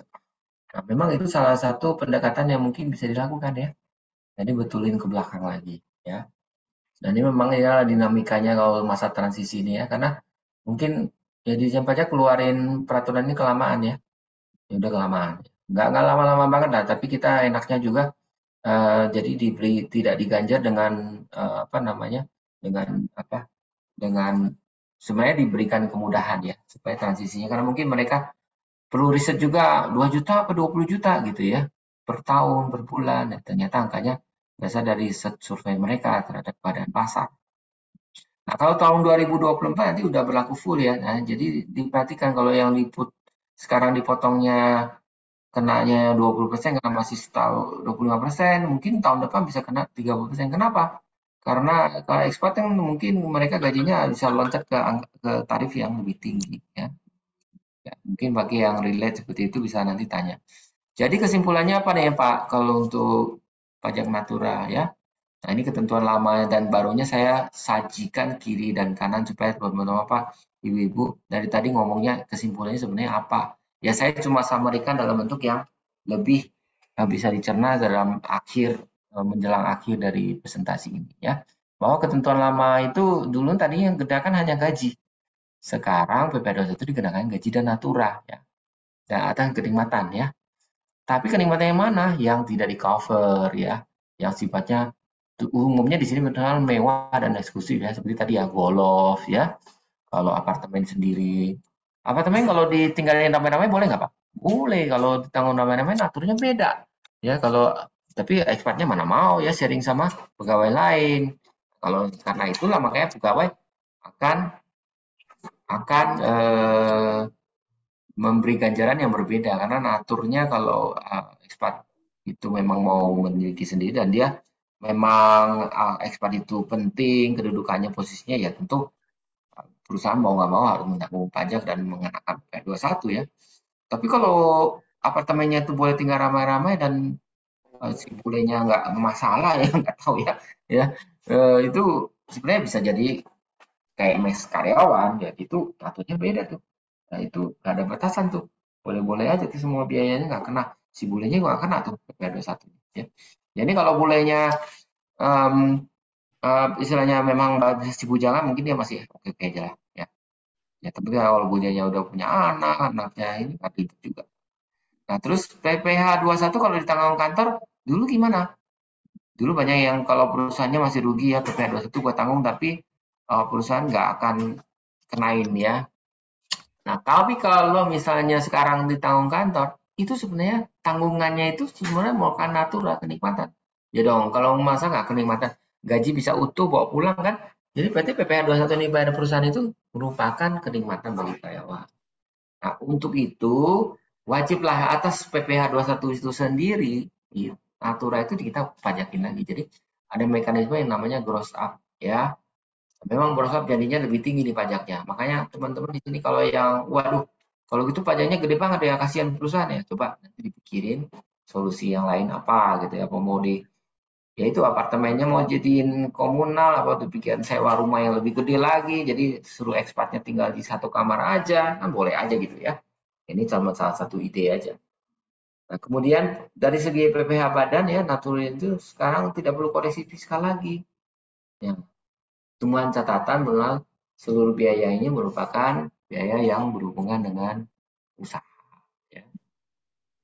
Nah, sekarang terus kemudian nih kesimpulan lain dari bagi para owner atau tax manager yang ada mungkin di sini ada yang tax manager atau yang mau memberikan tax planning ya, karena semua pajak itu mau kiri kanan mau kena di PPh 21, kena di PPh badan.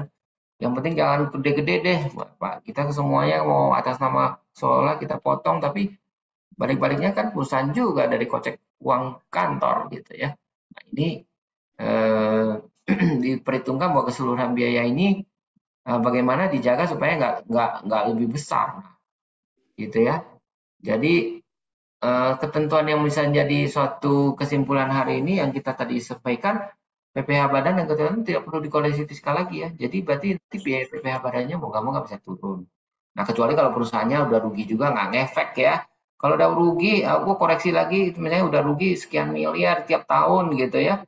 Lalu yaudah koreksi mau berapa cuma pos ini yang menggunakan biaya cuma sekian ratus juta, koreksi nggak dikoreksi juga nggak efek gitu. Nah ini memang um, sepertinya target pemerintah adalah terhadap perusahaan-perusahaan yang nggak bayar pajak nih. Ya, mohon maaf ya. Mungkin banyak perusahaan yang sengaja ya memang di Indonesia nggak mau bayar pajak badan. Tapi bisa hidup terus-menerus bertahun-tahun, tapi ekspatnya atau direksinya bisa survive ya karena tetap dari kantor pusatnya tetap disubsidi dan segala macam. Sehingga akhirnya pemerintah memberikan ya udah kalau nggak dapat PPh badannya coba dicari-cari apa fasilitasnya ya kita pajakin deh fasilitas itu gitu ya. Kira-kira seperti itu ya. Nah, kemudian koreksi biaya tidak menyebabkan suatu biaya bebas dari PPh 21. Nah, teman-teman jangan main-main dengan biaya yang ini kalau jadi konteksnya mungkin di sini kalau teman-teman HRD nggak nyambung ya kalau saya ngomong gini ya. Karena urusannya HRD doang, yang penting kompensasi penting kenapa PPh 21 apa enggak. Tapi sebetulnya kita bisa shifting ya dari beberapa dulu zaman dulu itu kalau biayanya oh misalnya ada orang nih nggak mau dipotong pajak gitu ya. Lalu dari ini ingat ya ini biaya-biaya ini kita nggak usah biayakan nanti kita koreksi aja supaya nggak kena PPh 21. Nah, sekarang tuh nggak boleh kayak gitu lagi. Jadi itu dengan ketentuan sekarang tuh tax planning-nya nggak boleh tuh. Ini PPh 21 kalau kena 21 ya kena aja gitu. Masalah kemudian dia tidak kita perlu koreksi fiskal. Jadi koreksi fiskal atas biaya itu di PPh badan tidak menyebabkan kewajiban PPh 21-nya hilang. Karena sekarang ada pemerintah dengan undang-undang ini sudah menekankan bahwa ini harus kena PPh 21 ya harus kena. Kecuali memang objek yang natural tadi itu ada batasannya yang masih belum dilanggar, ya masih boleh free gitu ya. Kemudian strategi nih bagi buat HRD nih ya. Nah, supaya bebas dari PPh 21, tentu natural itu yang tadinya mau dikasih yang kena 21 coba dipikirkan bisa dimasukkan ke dalam area-area yang tidak kena pajak ya. Kalau di tempat kerja ya tentu disediakan di tempat kerja. Tadinya notifikasi dibawa pulang, sekarang coba disediakan tempat kerja dan kasih makan. Tadi mungkin tadi kan kasih makan, dikasih uang makan, kan kena pajak tuh uang makan.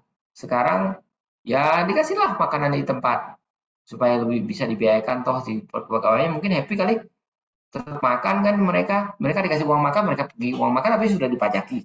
Tapi kalau misalnya dikasih, oh, udah gue sediain makanan ya gitu ya di kantor nanti kita ya ini tentu bicara dalam konteks yang jumlahnya banyak ya.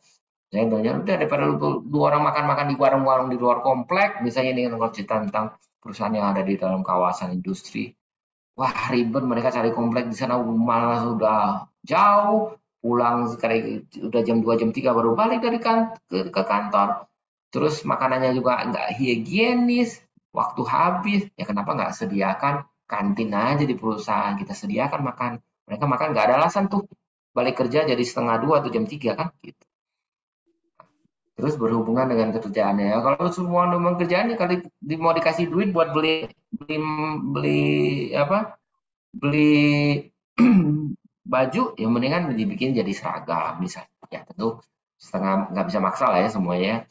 Tapi kadang-kadang kan kalau ada blazer dibuat dari tadinya blazernya itu beli masing-masing, atau dibeli jadi seragam aja semua perusahaan perbagian jadi bikin seragam dari blazer. Kan bisa aja ya.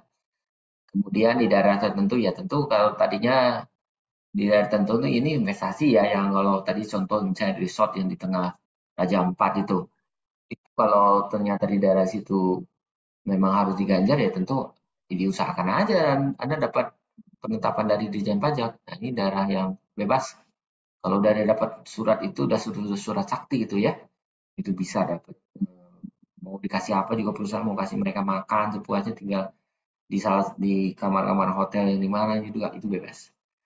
Nah, ini yang juga kalau Anda tidak di daerah tertentu, tidak main di mana. Nah, sekarang batas-batas untuk perusahaan yang umum ini sekarang tambahannya ini adalah hadiah dari PMK 66 buat dunia kerja sekarang adalah kalau dikasih makan dan bukan makanan, bang, bukan makanan tadi ada batas-batasnya kan ingat ya. Itu tadi kalau misalnya bingkisannya bukan makanan setahun sekali atau pokoknya tidak lebih dari 3 juta per tahun, itu masih oke tuh ya. Kasih aja voucher IKEA deh 3 juta ya. Nah itu lumayan tuh daripada naikin gaji, kasih aja tuh voucher 3 juta. Kan bisa. Gitu. Nggak dikenain kok PPh 21 si karyawan. Nah, fasilitas olahraga tadinya nggak boleh, sekarang udah boleh. Menyewain futsal atau lapangan bulu tangkis boleh. Ya, bangunin masjid di belakang atau mes atau chapel boleh. Terus sekarang medical ini tadinya memang kena pajak ya untuk outpatient. Tapi sekarang mau diganti ke asuransi, mungkin kena pajak sedikit tapi dialihkan biaya asuransi ke asuransi. Itu juga salah satu tax planning. Kemudian fasilitas transportasi tadi ya, dikasih mobil, apakah antar jemput, kemudian dikasih HP gitu ya. Jadi sekarang banyak yang bisa kita pikirkan untuk memberi benefit yang baru kepada karyawan ya. Tentu dari benefit yang ada kalau dipaksa-paksain jadi ini ya susah lah ya. Misalnya gaji 5 juta. Pak, sekarang saya kasihnya dalam bentuk voucher makanan 1 juta.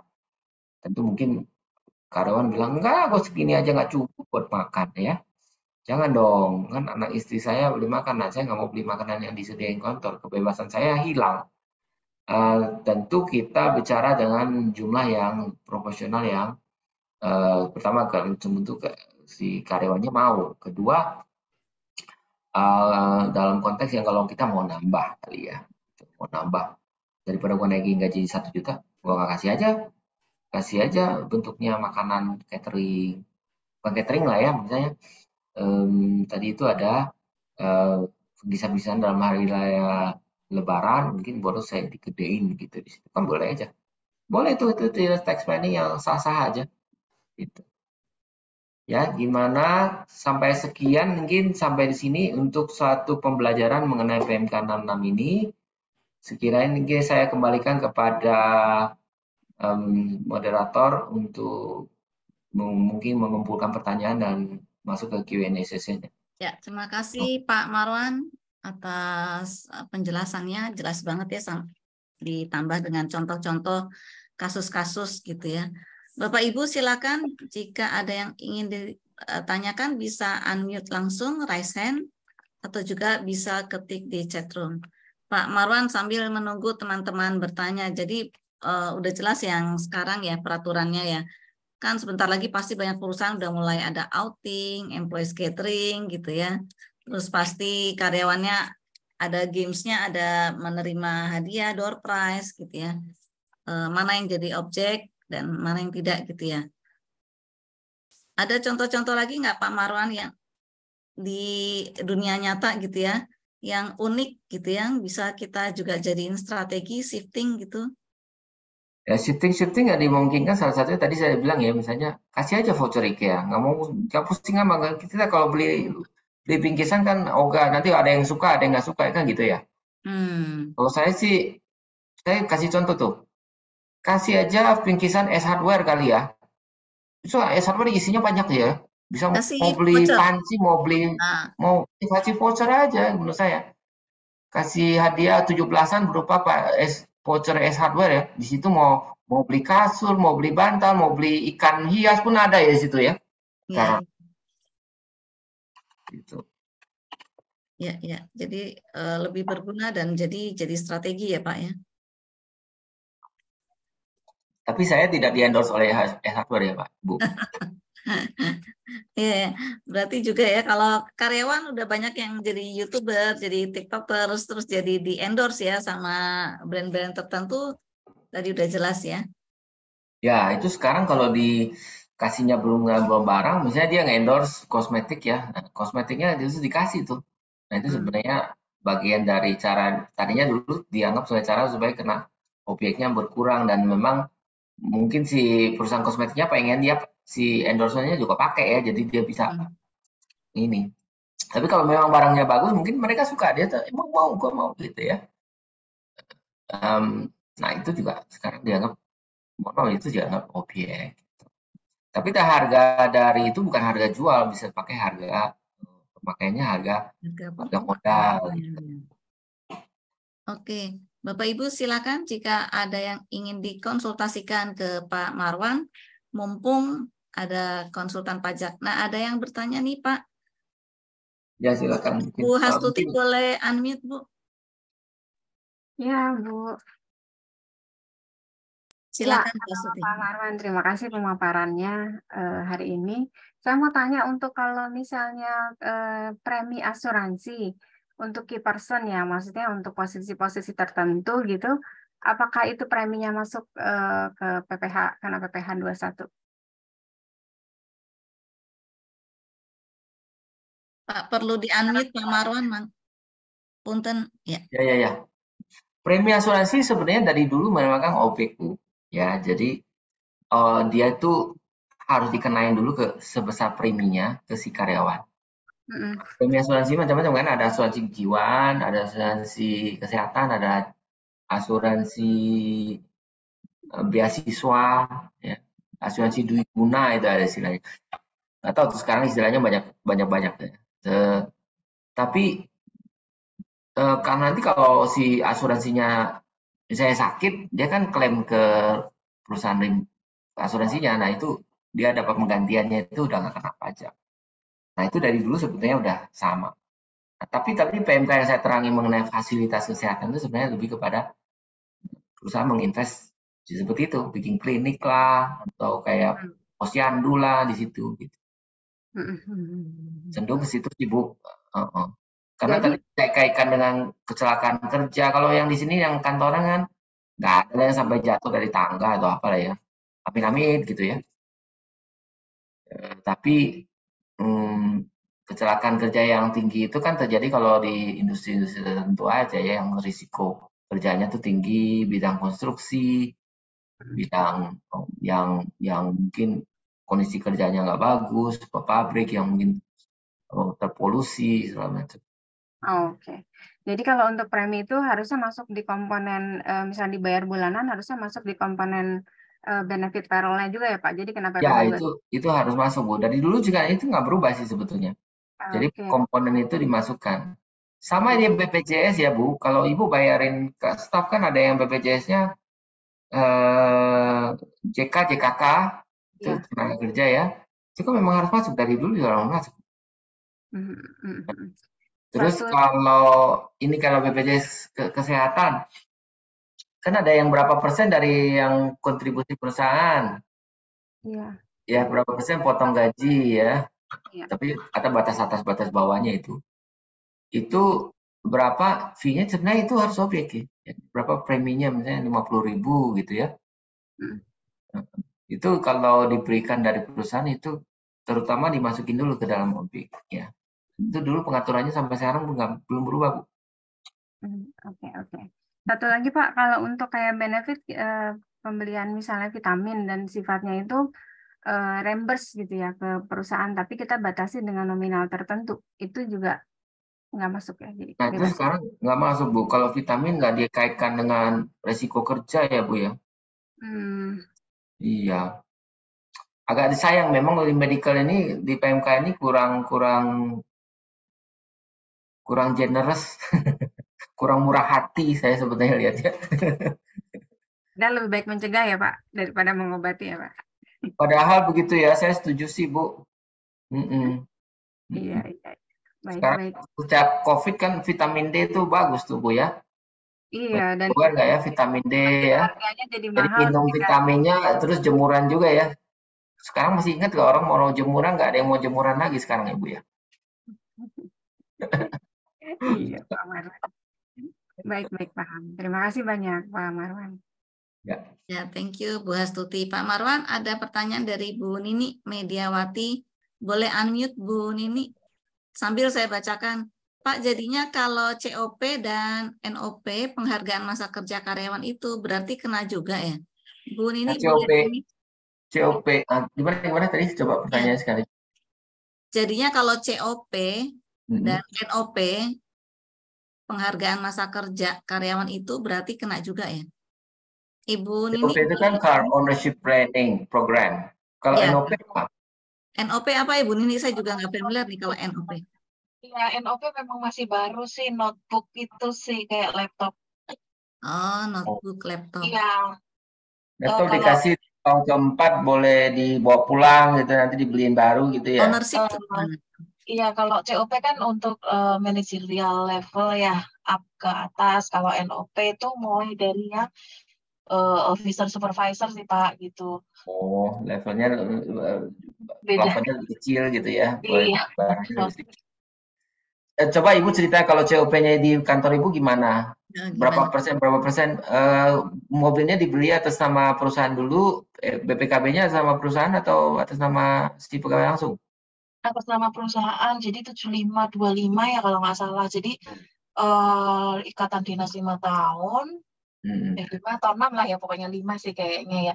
Terus karyawan kan dipotong per bulan tuh Pak, pokoknya harganya intinya karyawan cuma bayar 25% gitu. Cuma kayaknya pas ada aturan PMK yang baru ini terus gimana gitu. Terus kayaknya orang jadi mau mikir mau ngambil COP apa enggak gitu, kayaknya jatuhnya jadi lebih besar gitu.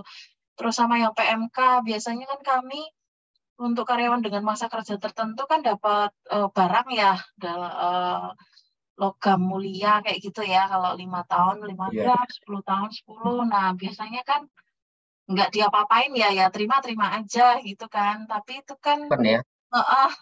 semenjak PMK ini terus jadi kayak nggak tahu nih gonjang-ganjing kan gitu. Gitu sih Pak. Ya Bu, jadi gini ya, kalau saya nih, karena kata-kata COP itu sekarang di sini nggak ada, tapi adanya cuma fasilitas kendaraan. Ya, jadi kalau saya mengkonstruksikannya sebenarnya kalau dibeliin dia di kantor, selama ini kantor karena kita kenapa? Saya setuju kalau pakai daripada nama perusahaan, dari nama pribadi, mending nama perusahaan dulu. Karena ikatannya itu menjadi kalau sesudah 5 tahun kan kemudian baru tercapai baru balik nama gitu ya, Mbak ya. Iya betul Pak. Jadi memang atas nama perusahaan dulu, BPKB-nya juga iya. Setelah Ya, lunas, baru nanti balik nama atas ya. nama karyawan. Karena kalau misalnya resign, ya intinya resign tidak sampai selesai, memang ada penalti yang harus dibayarkan sih Pak. Nah, kalau saya lihat tergantung pencatatannya dan perlakuannya ya. Jadi kondisinya kontekstualnya begini. Kalau memang itu COP ini terutama kalau bagian sales itu kan sangat terkait ya. Sebenarnya mereka juga pakai itu untuk pergi-pergi gitu, untuk meeting. Tapi kalau memang kalau untuk semua termasuk juga yang back office, ya tetap aja sebenarnya tetap deductible Bu, karena ini kan sekarang undang-undang baru mau dibilang itu mobil operasional atau mobil yang memang ganjarannya bagian dari natura itu boleh-boleh aja jadi tetap biaya. Nah, masalahnya apakah 75% itu sekarang harus sebagai objek kan gitu ya bagi si karyawan gitu. Nah, kita lihatnya bahwa itu sebenarnya tetap masih masuk ke barang fasilitas dan 75%-nya itu kalau memenuhi dua syarat tadi Ibu, kalau mereka bukan owner, ya nggak punya saham, ya moga-moga mereka nggak dapat itu ya. Ada tuh perusahaan kalau nggak tahu di perusahaan Ibu ada yang dapat ya kalau begitu join dikasih saham satu, minimal satu lembar saham gitu. Nah, itu Enggak sih Pak, nggak dapat sih Pak. Nah, kalau nggak dapat berarti mereka bukan owner, bukan pemegang saham. Satu. Kedua, gajinya itu tadi ada batasnya Bu yang free. Gaji untuk tingkat yang gajinya tidak lebih dari 100 juta per bulan. Rata-rata. Ya, mungkin ada yang naik turun karena ada bonus ada apa. Nah, kalau selama nggak di bawah atas itu Bu, boleh Bu, itu jadi biaya dan nggak kena sisi karyawan. Gitu. Tapi maaf, kalau 75 itu sebetulnya adalah pembiayaannya. Ya, sorry. Jadi bukan 75. Sebenarnya yang menjadi biaya itu adalah depresiasi dari mobil itu 8 tahun dibagi 12 bulan. Jadi per bulan berapa gitu. Gitu. Tapi itu pokoknya kalau 75% itu kan ganjaran untuk pembiayaan aja ya. Kantor bayarin 75. 75-nya kan potong gaji gitu ya. Jadi pokoknya memenuhi syarat itu, yang penting COP tadi itu. Dua syarat itu kalau bisa terpenuhi ya itu si pegawainya jadi nggak jadi objek. Mungkin dulu malah objek, sekarang malah enggak ya Bu ya. Jadi kalau misalnya ada PMK Pak, kalau saya baca harusnya udah enggak ya? Di data nanti dibikin data nominatif Bu. Nanti ke depan sih perusahaan harus bikin data nominatif pemberian natura buat pegawai. Tetapi kalau memenuhi syarat itu ya nanti mungkin dia kategorikan sangat-sangat kompleks ya yang ini memenuhi syarat nih ya udah dicantumkan bahwa itu memenuhi syarat dan bukan objek bagi si manajer-manajernya. Oke Pak. Iya, Jelas ya. sudah jelas ya Bu ya. Oke. Ya. Terus tambah satu lagi Pak, kalau misalnya nih, kalau training ya, misalnya training yang misalnya di kursuskan gitu ya untuk level misalnya manajer gitu ya, di training kerjasama dengan lembaga tertentu yang nominalnya besar gitu Pak, itu bakalan dikenakan nggak ya? Jadi training itu merupakan biaya yang keharusan ya. Seorang kalau tidak di training makanya dia nggak jadi lebih skillful. Jadi karena di training bagian dari keseharusan suatu pekerjaan, meningkatkan kompetensi. Itu dalam dalam konteks ini sebetulnya bukan pumbuk, dianggap bukan natura karena dari dulu biaya pelatihan dan untuk peningkatan kualitas SDM itu sebetulnya dari dulu kan di dalam undang-undang menempati suatu tempat tersendiri, Bu. Jadi dia tidak dianggap pemberian kenikmatan atau natura. Kalau beasiswa, Pak? Oke-oke aja, Bu Bati. Itu oke-oke aja. Biayanya boleh, bukan objek bagi si pegawai. Oke. Oke, Pak. Sip ya. Jadi banyak sekali sebetulnya. Saya merasa memang PMK ini memang memberikan kenyamanan banyak ya nanti kepada perusahaan untuk memotivasi perusahaan untuk memberi hal-hal di luar gaji. Tapi dalam batasan yang diperhatikan itu sebenarnya sangat-sangat akan lebih memanjakan dan memberi kepuasan kepada peningkatan kesejahteraan juga kepada pegawai dan hanya mengganjar perusahaan-perusahaan tertentu yang memang memberikan fasilitas yang mewah lah yang baru dikenai pajak. Ya, tadi pertanyaan Bu Nini kalau beasiswa Pak kepada karyawan atau beasiswa itu enggak, beasiswa itu di dalam undang-undang tentang penghasilan itu dan biaya itu memang ada tempat tersendiri dan juga selama ini tidak dianggap ya. Kemarin tadi saya dapat juga satu penjelasan dari Dirjen Pajak mengenai beasiswa khusus kalau misalnya seorang ekspatriat anaknya disekolahin di sekolah internasional gitu ya. Terus banyak tuh yang kayak gitu terus dibayarin kantor membiayakan boleh reimburse gitu ya. Lalu itu mau dianggap sebagai beasiswa. Nah, kemarin saya kalau nggak salah nanti kalau ada yang mau nanti saya kasih press release-nya itu kalau nggak salah dianggap beasiswa juga tuh. Padahal sebenarnya itu bagian dari paket sebenarnya si ini ya, si ekspatriat itu diberi gitu ya. Memang ini di Indonesia ini kita termasuk sangat menghargai dan sangat memanjakan orang asing ya. Jadi ya saya tahu persis karena dulu saya bekerja juga di perusahaan asing yang begitu ekspatnya pulang balik ke negara aslinya, mereka malah sangat tidak terbiasa karena di sini pembantunya dibayarin halaman belakang rumahnya kalau ada masalah, anaknya tergigit anak tergigit oleh semut karena terus mereka punya pohon rambutan pun ditebangin oleh tukang office boy kita gitu. Itu sangat dimanjakan gitu ya. Nah, termasuk juga anaknya sekolahnya dibayarin, supirnya dikasih, mobilnya disediakan gitu ya. Sehingga mereka waktu balik itu semua harus sendiri itu rasanya berat sekali hidup. Itu yang agak-agak mewah seperti itu. Tapi kalau dalam konteks tadi ternyata membayarkan dalam beasiswa dimasukkan sebagai biaya beasiswa bagi si anak dari ekspatriat itu masuk itu jadinya biayanya boleh aja. Cuman kalau beasiswa ya beasiswa ini saya masih 50-50 ya. Saya merasa kalau beasiswa kalau dikasih ke karyawan itu oke, tapi kalau anaknya karyawan itu apa beasiswa? Itu kan bagian dari CSR kan ya atau apa gitu. Kalau CSR sih konteksnya ya sampai sekarang sih pajak belum memberikan privilege ya. Jadi itu kayaknya menurut saya pribadi sih menganggap itu harusnya non deductible. Tapi kalau beasiswa kepada karyawan boleh, Bu.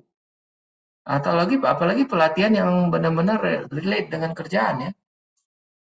Ya seperti hari ini perayaan ini kalau memang bagi Ibu bagian-bagian HRD, Ibu bisa klaim ke kantor. Dan kalau memang dibayarkan itu deductible. Kecuali di sini kursusnya kursus bercocok tanam atau tanaman hias ya nggak masuk akal itu. Nggak relate gitu. Tapi kalau hari ini bicara tentang pajak, mikirin gimana supaya perusahaan efisien, bisa hemat, apa dikasih gaji mentah, apa mau dikasih makanan aja, nah kita pikirin kan supaya enak di karyawan, enak di perusahaan, Itu pelatihan yang sangat berguna buat perusahaan. Pasti harusnya bukan biaya. Oke, ya. Gitu, Bu. Marwan, thank you. Thank you Bu Nini atas pertanyaannya. Pak, ada Bu Hastuti masih mau tanya lagi, Pak. Pak izin bertanya kembali. Kalau hadiah masa kerja, misalnya umroh, apakah bebas PPh 21 atau jadi objek? Lalu uang saku masa kerja saat cuti besar, kenapa PPh 21 juga kah? Bu Hastuti boleh unmute jika available? Iya Pak, izin bertanya lagi Pak.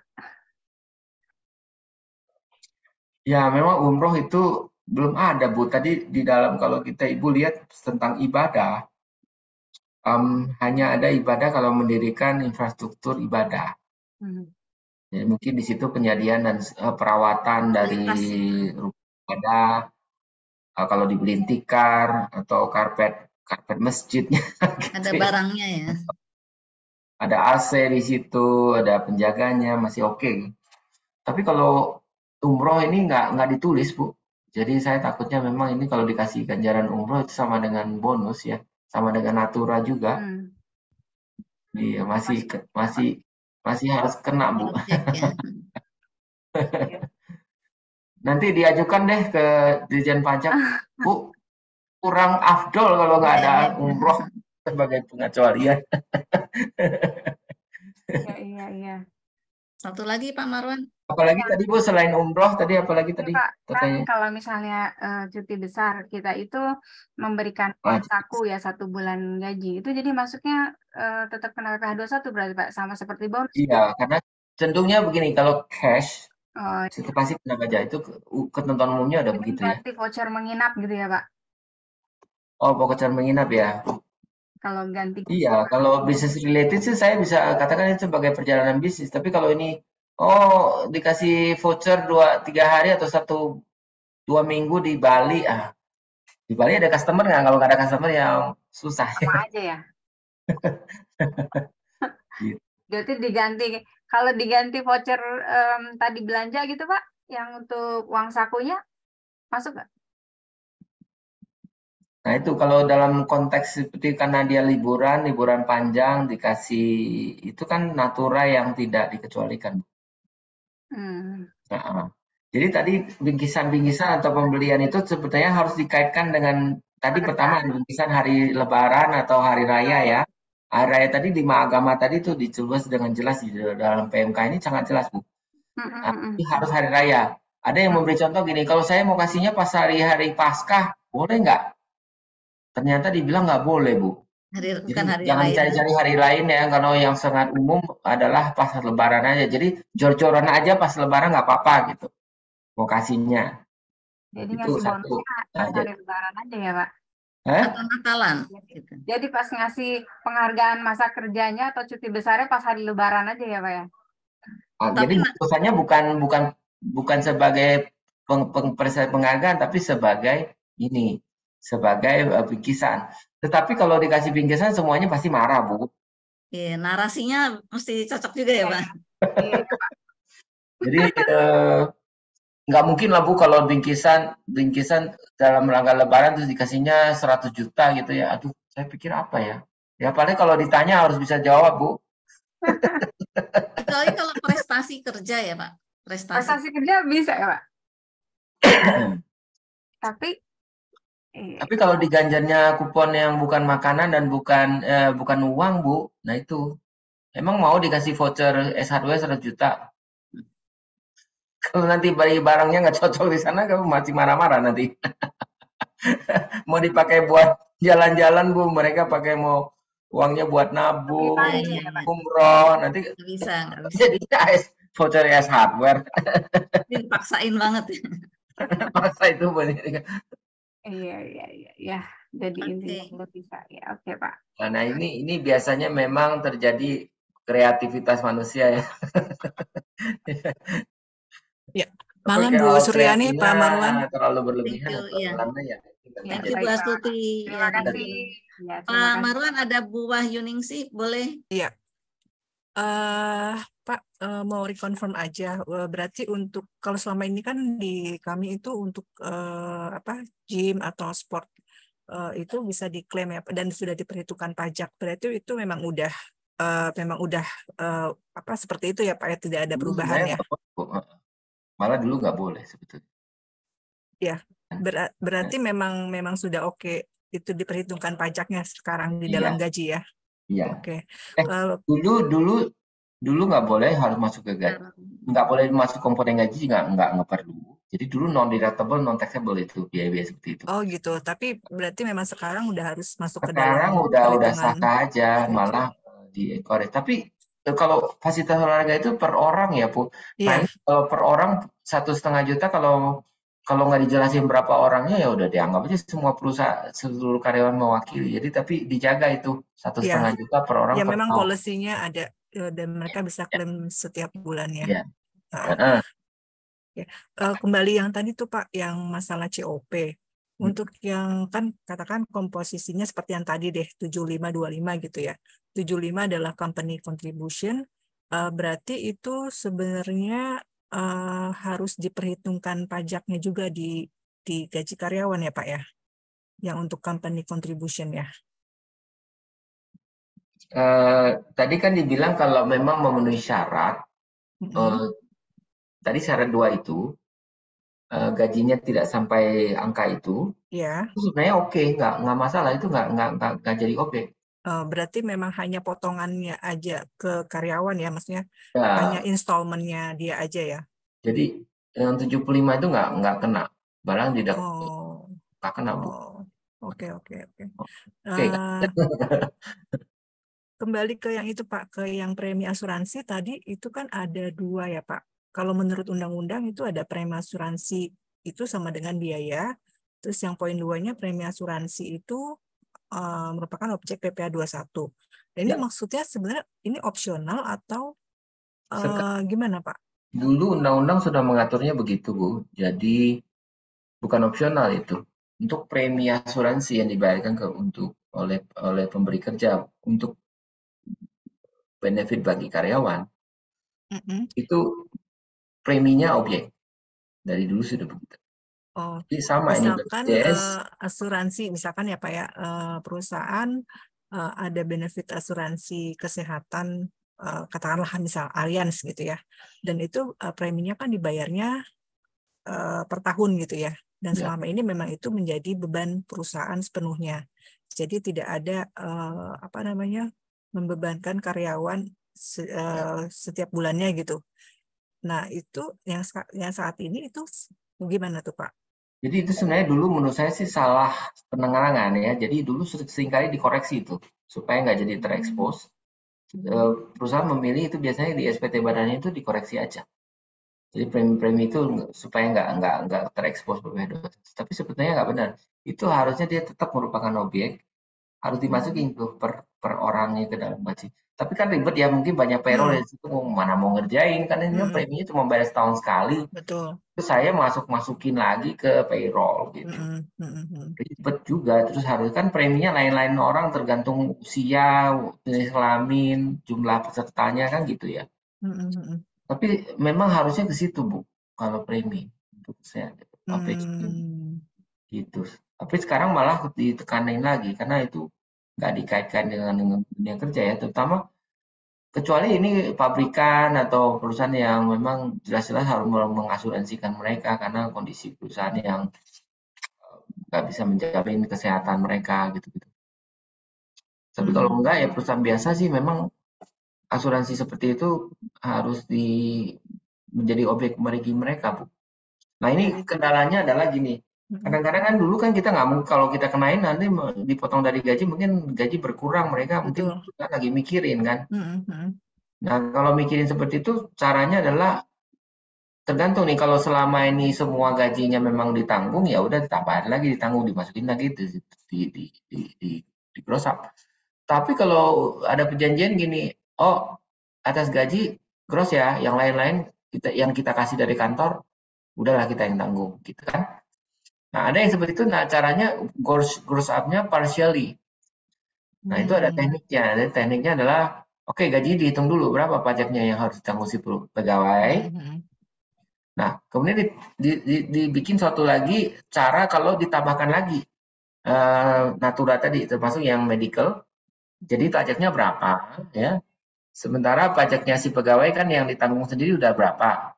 Itu selisihnya merupakan tanggungan perusahaan. Jadi dipakai dua tahap. Jadi yang di gross up itu terbatas hanya untuk si nilai preminya aja gitu ya, Pak? Nah, kebetulan sebenarnya saya sedikit promosi, kan kita ada satu software, saya kerjasama sama orang, saya bikinin software, bantuin dia cek mereka punya PPh 21, punya rumus. Nah, ini sedang saya, karena ini masih baru, saya lagi minta mereka untuk update rumus Dengan aturan PPh 21 payroll mereka. Jadi ini software payroll, Bu.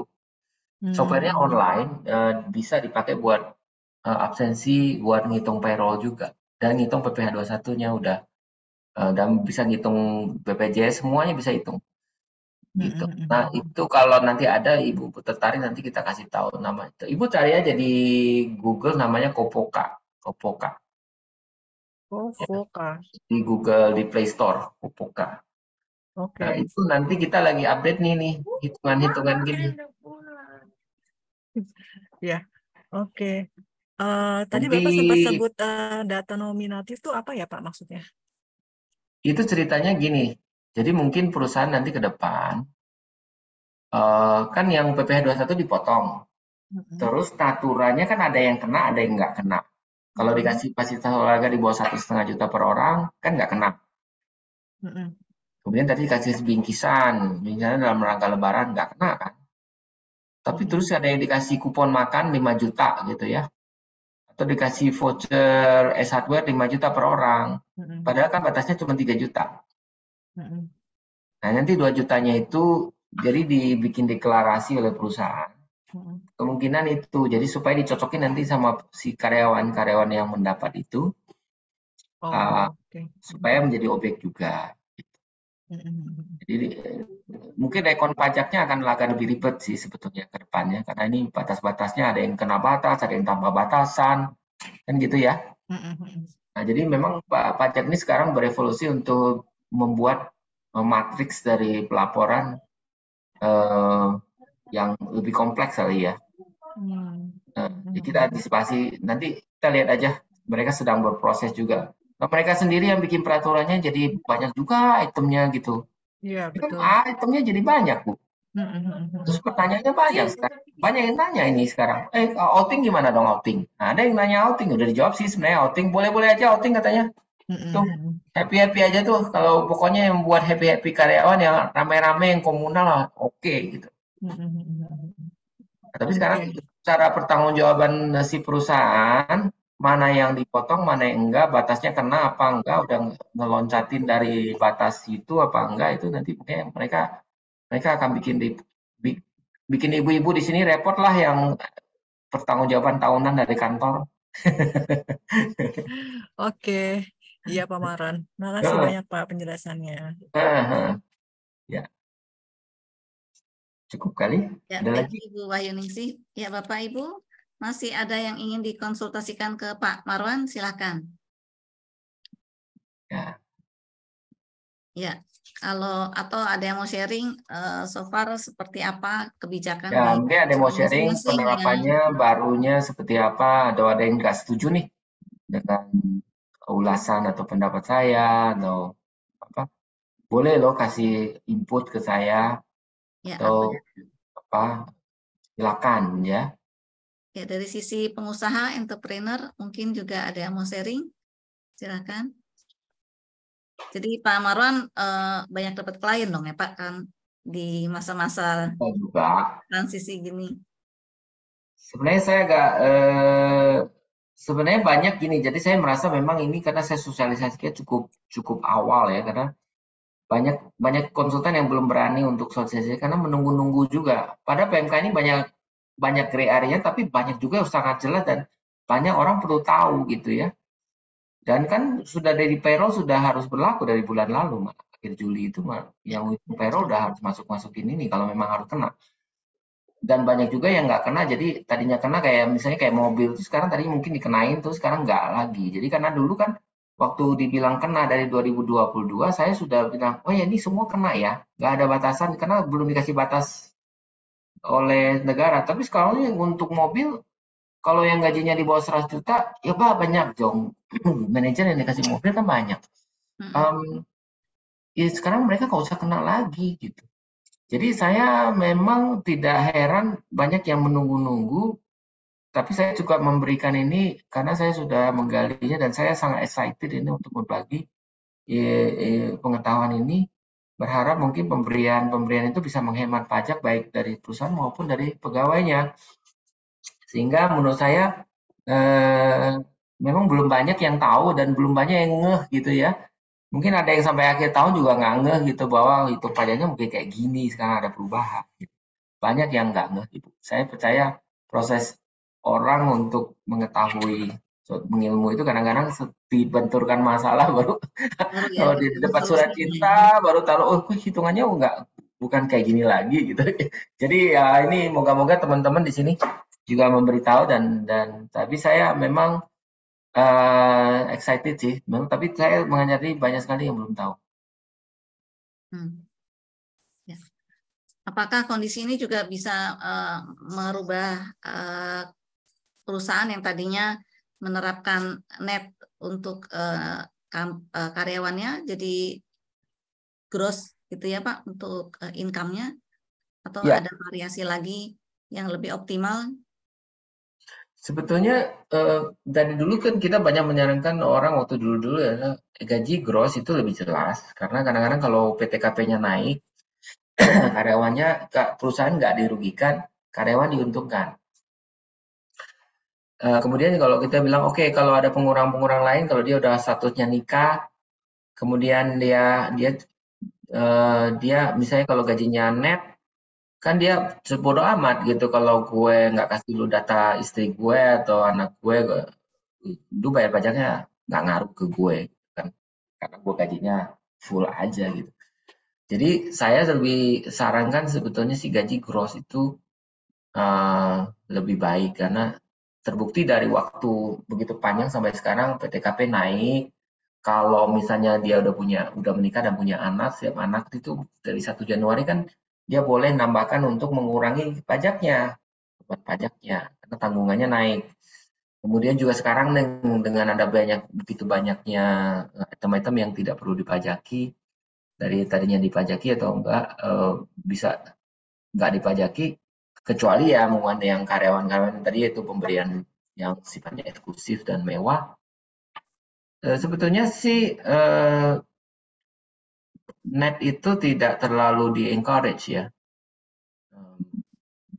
Kita lebih encourage untuk HRD ini menggaji orang dengan gross. Gitu. Jadi pun dari situ kan orang bertanggung jawab juga untuk mengetahui pajaknya berapa. Walaupun kelihatannya angkanya bulat-bulatnya kok nggak dapet ya. Kalau saya gajinya misalnya 5 juta per bulan.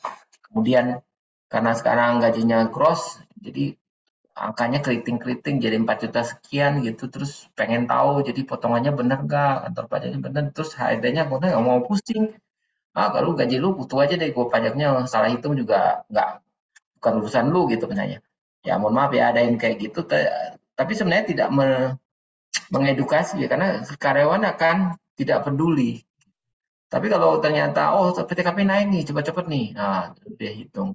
Kalau yang penting kalau kita punya software atau punya pegangan dan cara hitung yang benar, sebetulnya menghitung pajak itu bisa dipertanggungjawabkan. Dan kalau mereka nanya hitungannya dari mana, kan di internet juga banyak sekali software atau Excel yang bisa membuat mereka mengecek sendiri hitungannya benar nggak. Nah itu kemudian di sini ada fasilitas seperti itu, efek ke mereka juga akan lebih mau belajar, lebih aware, dan lebih partisipatif. Itu sih menurut saya. Jadi gaji gross lebih mendidik ya menurut saya. Kepedulian mereka terhadap pajak juga lebih tinggi. Mengedukasi karyawan ya Pak ya, lebih aware ya. Betul. Ya. Oke Bapak Ibu, apakah masih ada yang ingin dikonsultasikan atau di-share di forum ini? Pak Marwan, sepertinya teman-teman sudah tidak ada, tapi masih bisa kontak Pak Marwan nanti kalau memang mereka masih ada pertanyaan gitu ya Pak. Tadi ada nomor telepon yang di posting ya. Ada juga sosial media Pak Marwan punya, bisa menghubungi Saya kamu? ada beberapa sosial media, kita ada posting pengetahuan untuk tips-tips pajak bagi mau yang dengar, silakan. Terutama saya memang membahas yang pajak-pajak yang simple aja. Ya. Jadi dianjurkan tuh follow, like, dan share. Ya. Oke, Pak Marwan, closing statement Pak buat teman-teman kita. Ya, benefit akan lebih atraktif sekarang dengan hanya PMK 66. Diharapkan perusahaan juga lebih bisa kreatif, memberikan nggak cuma gaji tok gitu, jadi ya ada bisa hal-hal lain yang lebih ramai, walaupun merepotkan bagi HRD, tapi ini sebetulnya kan saya kira tujuan HRD kan adalah make the company the employees happy ya, happy and productive. Jadi saya kira dengan sedikit kerepotan company grow dengan baik, talent itu retain itu sangat baik. Dan saya kira memberikan mereka natural dan kenikmatan yang dalam batas wajar itu juga bisa mengefisienkan pajak. Banyak juga benefit-benefit. Kalau teman-teman yang mau tahu, misalnya punya ide-ide di luar yang ini atau mau tanya yang sesuatu yang tidak jelas di dalam undang peraturan ini, bisa ngobrol-ngobrol aja, chat aja, mungkin bisa. Kadang-kadang saya memang sosial media saya nggak pegang ya, tapi kalau ada yang mau nanya di sosial media mungkin nanti bisa ditulisin ke saya. Yes. Oke, thank you Pak Marwan. Dari Pak Miki mungkin ada komen Pak? Mungkin lanjutkan pertanyaan ya Pak Marwan untuk di closing. Jadi tadi kan ada isu COP ya. Jadi kalau COP kan dia memang kenyataannya memang gaji di atas 100 juta lah ya, kalau kita biasanya kan memang udah levelnya cukup tinggi gitu. Jadi kan kita linkkan ke contoh yang tadi aja, misalnya kan katanya 25%, 75%. Nah itu dengan munculnya PMK ini gimana ya? Padahal kalau kita lihat 25% itu kan kita udah bayar pajak ya. Terus ada yang 75% itu kan dari perusahaan. Kalau misalnya di atas 100 juta mungkin berarti udah kena semua ya. Iya. Nah, kena semua jadi 20%, dari 25% itu gimana Pak? Kan padahal dia udah bayar pajak. Itu kalau memang mau kena itu kalau 100 juta itu pasti si karyawan sudah kena tarifnya 30. Pasti, karena 100 juta itu kan 1 miliaran per tahun. Itu kalau segitu tuh kenanya 35%. Bahkan kalau yang di atas, kalau sekarang kan ada tarif baru yang sangat tinggi itu 35% ya. Nah kemudian kena efek dari gross up itu bisa sampai 42%. Jadi atas mobil, misalnya mobilnya, kemarin saya pernah ada kasih contoh sih, kalau ada teman-teman di sini yang mau latihan bareng ya, saya bisa nanti belakang mungkin kasih ke Pak Wiki ada link untuk latihan soal. Kondisinya seperti itu Pak, jadi gajinya di gross, gaji 100 juta itu dia tanggung, tapi mobilnya ditanggung kantor. Nah berapa tanggungan kantor itu kita bisa hitungin gitu di dalam rumus yang saya buat. Mungkin Natali bisa kasih ya linknya itu kemarin. Kita coba masukin nanti link itu ke websitenya kami dulu. Nanti kami akan sharing ke Pak Wiki supaya teman-teman bisa ambil gitu ya. Untuk bisa belajar. Jadi saya sudah bikin satu rumus di mana kalau teman-teman mau hitung berapa sih tanggungan kantor untuk tambahan mobil COP itu kalau seandainya memang harus kena PPh 21 ya. Itu ada. Memang agak tinggi Pak. Tinggi itu. Sampai 42% ya. Coba bayangin 30% terus di gross up lagi. Gitu.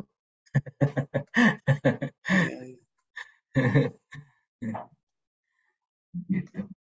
Ya mungkin dianggap perusahaan mampu lah, segitu juga masih mampu.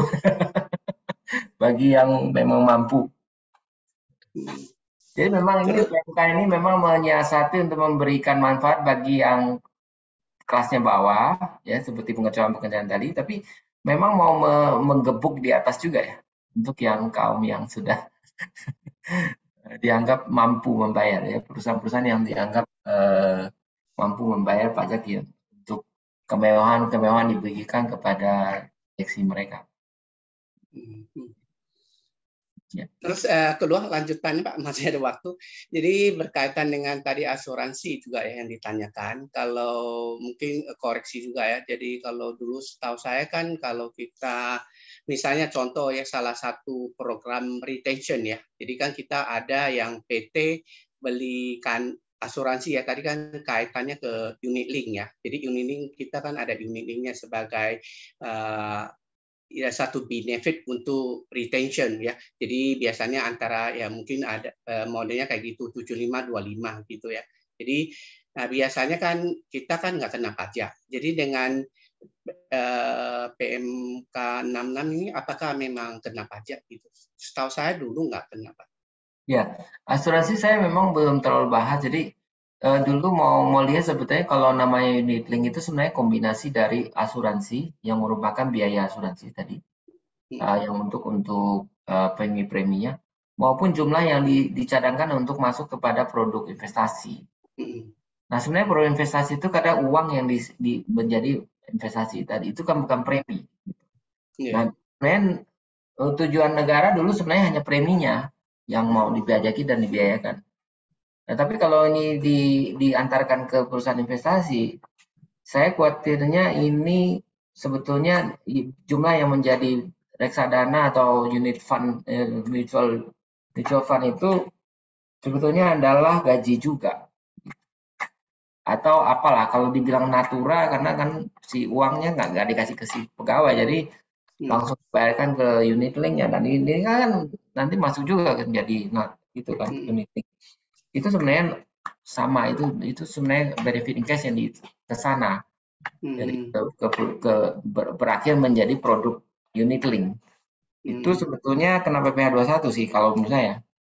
Tapi porsinya bukan porsi si biaya asuransinya. Jadi kan ada hitungannya kan tiap bulan berapa. Kalau 500.000, 300.000 jadi unit link, 100.000 jadi biaya asuransi gitu. Nah biaya asuransinya cuma 100.000, 350.000 misalnya. 350.000-nya itu sebetulnya itu gaji. Nah, kalau unit link ya, kalau memang mau masuknya bukan unit link ke dana pensiun, itu boleh jadi biaya, itu bukan objek. Kalau dana pensiun, sebenarnya lebih menarik dana pensiun.